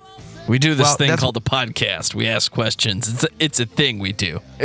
Well, we're both hosts of podcasts, and you're a little bit better at it than I am. So, like, knowing what we know about A Different Kind of Truth, when Tattoo came out, and did you have the feeling like, yeah, this is cool, but like I was expecting something a little more beefy? Weren't you thinking that? Like, okay, this is the new Van Halen single. Like, okay. And then when you heard the record and the second track is She's the Woman, didn't you go, well, fuck me, that should have been the first single? Did you think that? Am I the only one? Like, because that's a very popular opinion. Did you have that opinion? The first time I heard Songs from the Sparkle Lounge by Def Leppard, I wasn't expecting Go. I wasn't expecting a Def Leppard song that had fucking balls. Everything that happens after that song could be accused of being par for the course Def Leppard. I bring up that example because Def Leppard is a band I didn't know was still making new music when I heard that. I wasn't expecting new Van Halen.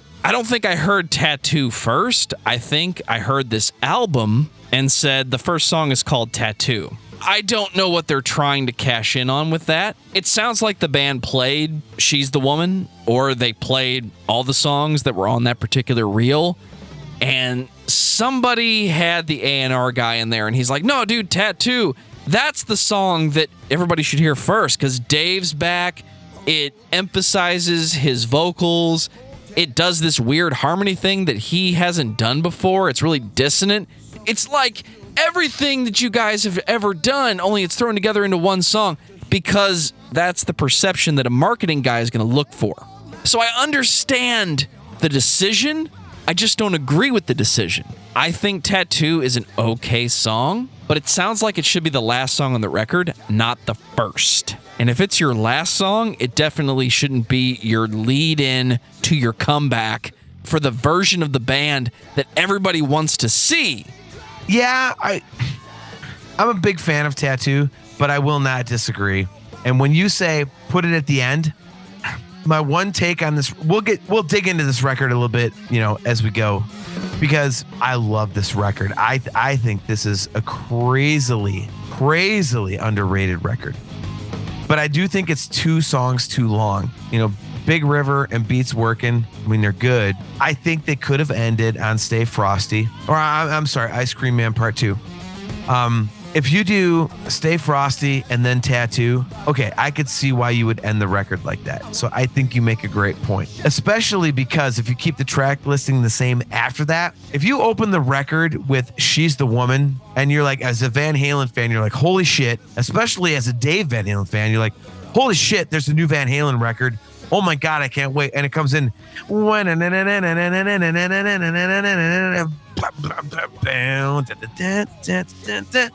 And granted, any Van Halen fan worth his salt knows that song, again, was recorded back in the mid-70s. Doesn't matter. It's rocking. And you're like, okay, this is Van Halen. And then what is now track 3 would become track 2. You and Your Blues is one of the best Van Halen songs ever recorded. No one talks about this song. No one gives the song the credit it deserves. This is Happy Van Halen with Poetic Dave, the beautiful harmonic backing vocals. It's just absolutely classic vintage Van Halen, where the backing vocals are actually the harmony that you sing. That's one thing that no one ever realizes about the Dave stuff, is that there are many songs that we know and we love, and the parts that we sing are Eddie and Mikey. We're singing that's the melody, whereas Dave is doing his own thing and doing this counterpoint thing. And people don't realize it. That's how brilliant these guys are. And You and Your Blues is a throwback to that classic Van Halen, that stuff where you're like, you know, when you listen to this song, you're not going, woman, talk about that. You know, you're going, like that's the stuff you're thinking of. Absolutely. And then you get to like Chinatown, talk about a boogie, or like, it's that like choo-choo train. Like, I hate using that term, but it's like choo-choo train, like chugga, chugga, chugga, chugga. You know, I've got nieces and nephews and they call it choo-choo train. So that's why I use that term. But, you know, it's like, you've got that. And then Blood and Fire, which is a callback to, you know, to the Wildlife soundtrack. And then you've got the newer stuff like, you know, As Is, Honey Baby, Sweetie Doll, all these different things. Dude, this is like a record that some people would call a return to form. Some people would call it a great comeback record.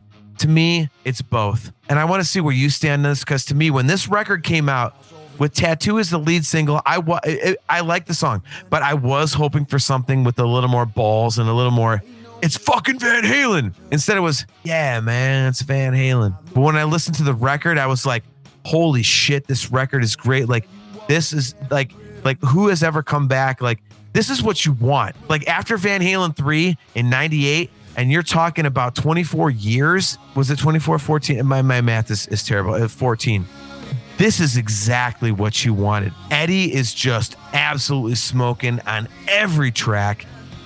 Dave's lyrics, like, he's always been a great lyricist, but if you go back and listen to his lyrics on A Different Kind of Truth, there's some brilliant shit on there, dude. It's fun Dave. It's poetic Dave. You know, Wolfgang's bass playing, love Michael Anthony to death, but Wolfgang, you know, he kind of plays lead bass, which is something we never heard before. You know, you like Intro to Chinatown, Eddie and Wolf tapping. This record fucking kicks ass, and it is an absolutely amazing return to form, and an amazing comeback record, and an amazing, you know, oh shit, remember us? Here we are. I can't think of another band that has ever done a record this good after being gone for that long. I think the mid-paced Van Halen is some of the best Van Halen. And yes, this record has its moments where they pick up the pace. It sounds like the live band you heard in the 2010s. So maybe production caught up with Van Halen finally, and you can have a studio record that sounds like a live band the way that band sounds when they play live. But I think the title is meant to be taken literally. I think it is a different kind of truth. I think it's a different version of the Van Halen 3 story. Somebody had to suggest calling this album Van Halen 3 Actually, because that's what it sounds like. That's awesome. It wants to be the real Van Halen 3, and I think it teases at something that some fans would be fine with, and I know I'm one of them. When you have multiple albums with a vocalist, and then you have another vocalist, everybody wants their favorite to come back. There is no reason why we never got Van Halen doing 2 or 3 hours with Dave and Sammy taking turns. Do the sets. Play the Sammy hits, play the Dave hits, and then have everybody come out at the end and play Panama. For God's sake, that's a thing that should have happened and never did. This record teases at not the return of Dave, but the band moving forward past the drama. I don't hear drama in this record. If anything, Tattoo sounds the most dramatic to me. But that's not the point. You have 3/4 of the band in the family. They're all family. So why is it about Dave, not Sammy? Why didn't we get both? Some of these songs sound like they could have been Sammy songs, which shows the writing of Eddie and shows the writing of Alex and the band working to make the best music they can. It's that last hurdle of drama that I wanted the band to let go of. And I know Dave and Sammy talked about going on tour at one point, and I think they played a couple shows, but they couldn't agree on who was going to headline. They did a whole tour. I saw the second night of the tour in Columbus with God rest his soul, my buddy Ben Boyle. Love you, brother. I saw him, and it was crazy. But they did a whole tour. It was Sam and Dave, like, you know, the rock and roll tour of the century, whatever the fuck they called it. And Sammy did his show, but Dave had basically the Atomic Punks as his backing band. And it wasn't the full Atomic Punks, but it was one guy that had been in there. And yeah, you're right. Like, you know, they got together and did a tour. So, but why couldn't they do it together? You know, to your point, there was, I mean, now we're getting into, you know, unfortunately, you know, after the David Lee Roth tours, you know, when Eddie passes away on October 6th of, 2020, you know, it all came out. And here's another thing that, you know, my buddies that told me about the record coming out, they were going to go on tour. There was a Van Halen tour in the works in 19, I think it was late 18. It was either late 18 or early 19, but they hit me up immediately like, dude, like, this is happening. Like, Van Halen's doing this, and it's, you know, it's Sammy again. I'm like, fuck yeah. So they didn't say that it was like Dave and everything, but there was something in the works. And, you know, unfortunately, you know, Eddie got sick, and, you know, and the whole Dave and Sammy thing, you know, the whole thing comes down to Dave's just a fucking dick. I mean, you said it earlier, like you have video of Sammy singing Dave songs. And when Dave got back in the band, you have no video of Dave singing Sammy songs. And you know what? Dave said it himself, you know, he's like, I don't want to sing that. But then Sammy said it better. He's like, he can't sing it. You know, I mean, so I'm starting to lose my place, because I'm starting to get emotional, because we're now into the place where, you know, unfortunately Eddie's gone, and it fucking sucks, because the Kitchen Sink tour, you know, was supposed to be like, you know, Wolfgang opening, and then Sammy and Dave and Mikey and Wolfgang, this massive goddamn tour. And, you know, that was a real thing. You know, as I said, you know, I was told that is something that was going to happen, and I was waiting for it. And then all of a sudden everything went on hold, and I'm like, what the fuck? It's supposed to, it was like a year and a half. And then October 6th, man, like it, say something, because otherwise I'm I'm getting a little verklempt here. I'll give you a topic. The Civil War was neither civil nor a war. Discuss. I'm feeling it too, man. Yeah. I think Eddie is undeniably one of the most influential guitarists of all time. And I think we all need to get together and decide who is more important to hard rock and heavy metal. Because many came before, but who turned a key on everybody more than Eddie? I don't know the answer to that. I can't point to one person. Maybe Dimebag, but we all know Dimebag was an Eddie fan. So where is your real influence? I feel like I'm influenced by players who loved Eddie so much that Eddie rubbed off on me as much as them.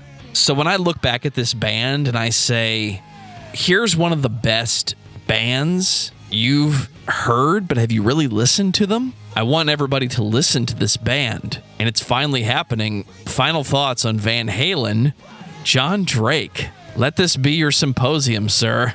Well, this would take me hours and hours, but I will dumb it down to an hour. Just kidding.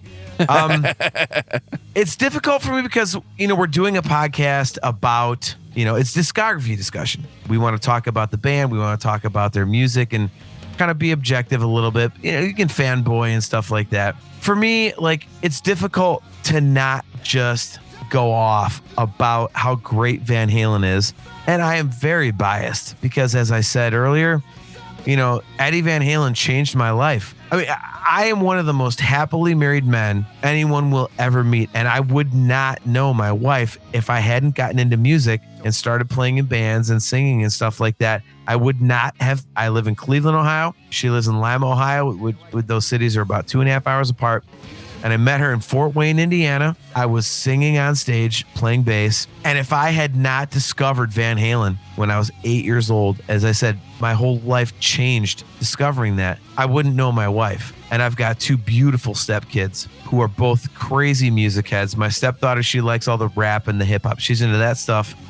My stepson, like, his 2 favorite bands are Slipknot and the Beatles. So he's incredibly musically, like, all over the map. And my wife, she loves Guns N' Roses. Slash is her guy. Eddie Van Halen's my guy. So my whole life, I am so happy. And I wouldn't have this if it wasn't for discovering Van Halen.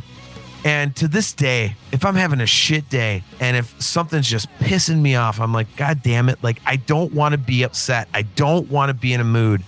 I just throw on, I'll play Van Halen. Whatever song comes up, all of a sudden, if I'm down, I'm up. Van Halen is just the soundtrack to my happiness.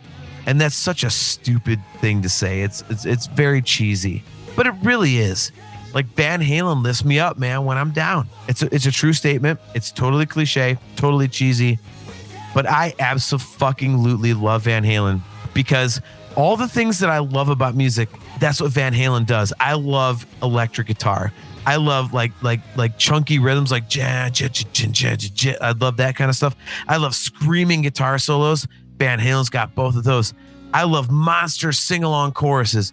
Van Halen has that for days.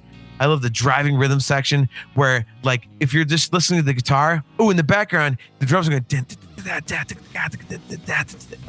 like kind of busy shit you don't notice.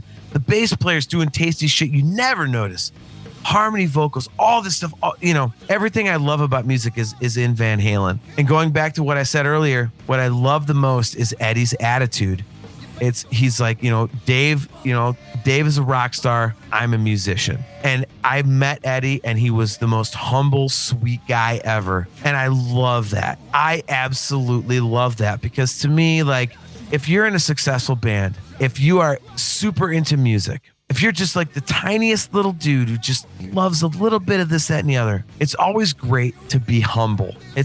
I'm making no sense on this last point. I'm losing my point because I'm getting drunk. It sounded good from over here, John. But my favorite part about it all is, Eddie Van Halen, like, he's just a regular guy. You read all the interviews and he's like, dude, I hate the rock star shit. He talks about, Dave says, I'm a rock star. And Eddie says, I'm a musician. And I love that. I love the humility. Like, it's just about getting up there and playing. He just loves playing guitar. He just loves doing what he's doing. And, the music is phenomenal, but it's the attitude that really draws me in as well. And maybe more so than the music. It's just amazing that somebody that talented, that successful is just so down to earth and just gets it. You're not better than anyone. You're just more lucky. And Eddie always got that. And he said it himself. He said that many times. I'm so lucky to do this. And I love that he had that humility. He influenced everybody. So many guitar players always like talking about Eddie Van Halen. And by so many, I mean like millions. And yet he's just a dude. He's just a dude. And I am so grateful that I got to meet him and see that for myself, that he was just a dude. And I love that. So the music is fucking phenomenal. The songs are great. There's this crazy progression, as we've discussed, Joe, throughout the course of this episode. But what always remains is Eddie just being a good dude and writing kick-ass songs and just fucking bringing us on this incredible musical journey to where no matter what he does, love it, hate it. This one's okay. This one's, Van Halen 3, Diver Down, whatever, OU812, you love it all because it's Eddie and it's catchy and it's good. I just fucking love Van Halen, man. They're the soundtrack to my life. That is the worst cliche you could ever use, but it's true for me. Van Halen is the soundtrack to my life. They're my guideposts of what I want to do on stage. And Eddie Van Halen is, he's the one that fucking, guides what I do. And it's a beautiful thing because he was a great fucking person. He was a great fucking musician. And Van Halen fucking rocks. I can't top it. I can't even par it. This is a straight bogey. I love Van Halen. And I think everybody loves whatever version of Van Halen they have on the radio at that moment. So listen to Van Halen. We're past drama being important for the success of a band or for them to sell records. It's time to start listening to the music. Listen to the players. If you like Dave, if you like Sammy, whatever. The songs that make up this band's discography are some of the most sincere and consistent writing in the history of rock and roll music. If anybody wants to say Eddie Van Halen gave everything on the first album and didn't really contribute after that, I think you're missing the point. Does the song need him to do anything more than what he's doing? Or are you looking for innovation when the innovator has already set the bar that nobody can really touch? Does anybody else have the confidence to lay down a three-piece and a vocalist and effectively not change the production style for 3 fucking decades? Listen to Van Halen. You don't need me to tell you that. Enjoy it. Jon Drake, what's your album of the week? I have a DVD of the week. Ooh. Ooh. That was about the best Shaggy and Scooby impersonation I've ever heard. I can't decide which one I want to use. Well, you do them both great, so. Thank you very much. My DVD of the week is Live Without a Net. Because if you want to see the heart and soul of Van Halen, right at the crossroads of Dave and Sammy, if you want to see quintessential Eddie Van Halen, Live Without a Net, go buy it, go rent it. You can find it on YouTube, but Live Without a Net. Live Without a Net, dude, it's Live Without a Net. It's motherfucking Eddie Van Halen at his peak. So that's my pick. It's not an album of the week. It's a DVD of the week. This episode of Discography Discussion was recorded on August 20th, 2022. And yesterday, I found out that one of the most influential drummers and one of the best musicians in hard rock, heavy metal, but especially in the Christian metal side of the house, Ted Kirkpatrick passed away. What? Really? No. Really? The Spy Hunter over on our Discord server, discord.discussmetal.com, posted a screenshot from Facebook. It looks like Ted's wife posted on the official Tourniquet page and said that he had passed away.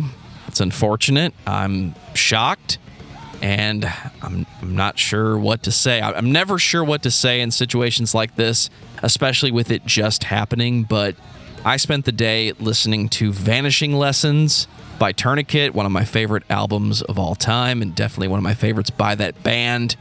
And it hit home a little bit when we started talking about Eddie, because it's not that long ago that Eddie left. So I want everybody to listen to music and enjoy it this week, because there are so many talented people that seem to rapidly be leaving us.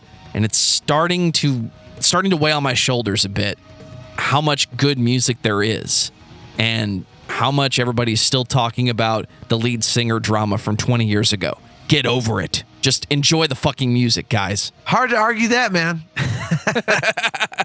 Damn. Jon Drake, we fucking did it. And we were drinking the whole time, so I'm sure we sound a little slurred. But you know what? It wouldn't be a Van Halen episode if we weren't taking our whiskey home. So, you know what? Dude, Van Halen fucking rocks. Discography Discussion fucking rocks. And thank you for having me on again, man. I've always had a blast. Dude, what's it been? Dream Theater, Motley Crue, Guns N' Roses, and Symphony X. And now Van fucking Halen. Did I say Dream Theater twice, by the way? You absolutely did, but I'm going to let you have it because, well, you're co-hosting the show, John. Well, I did that on purpose because I hope that you guys who are listening, if you like Dream Theater, go check out Talking Into Infinity at Dream Theater Podcast. And if you like nerd stuff, go check out the Nerfherder Council. It's a Star Wars-centric podcast, but we do talk about all kinds of nerd stuff. It's a nerd podcast, John. You stopped being about Star Wars and then kept talking about it. I said, dude, why you gotta cut me off, dude? I just did a great segue. I'm just trying to hold you accountable to the things you said about the Nerfherder Council. Dude, Nerfherder Council kicks ass. Yes, it does.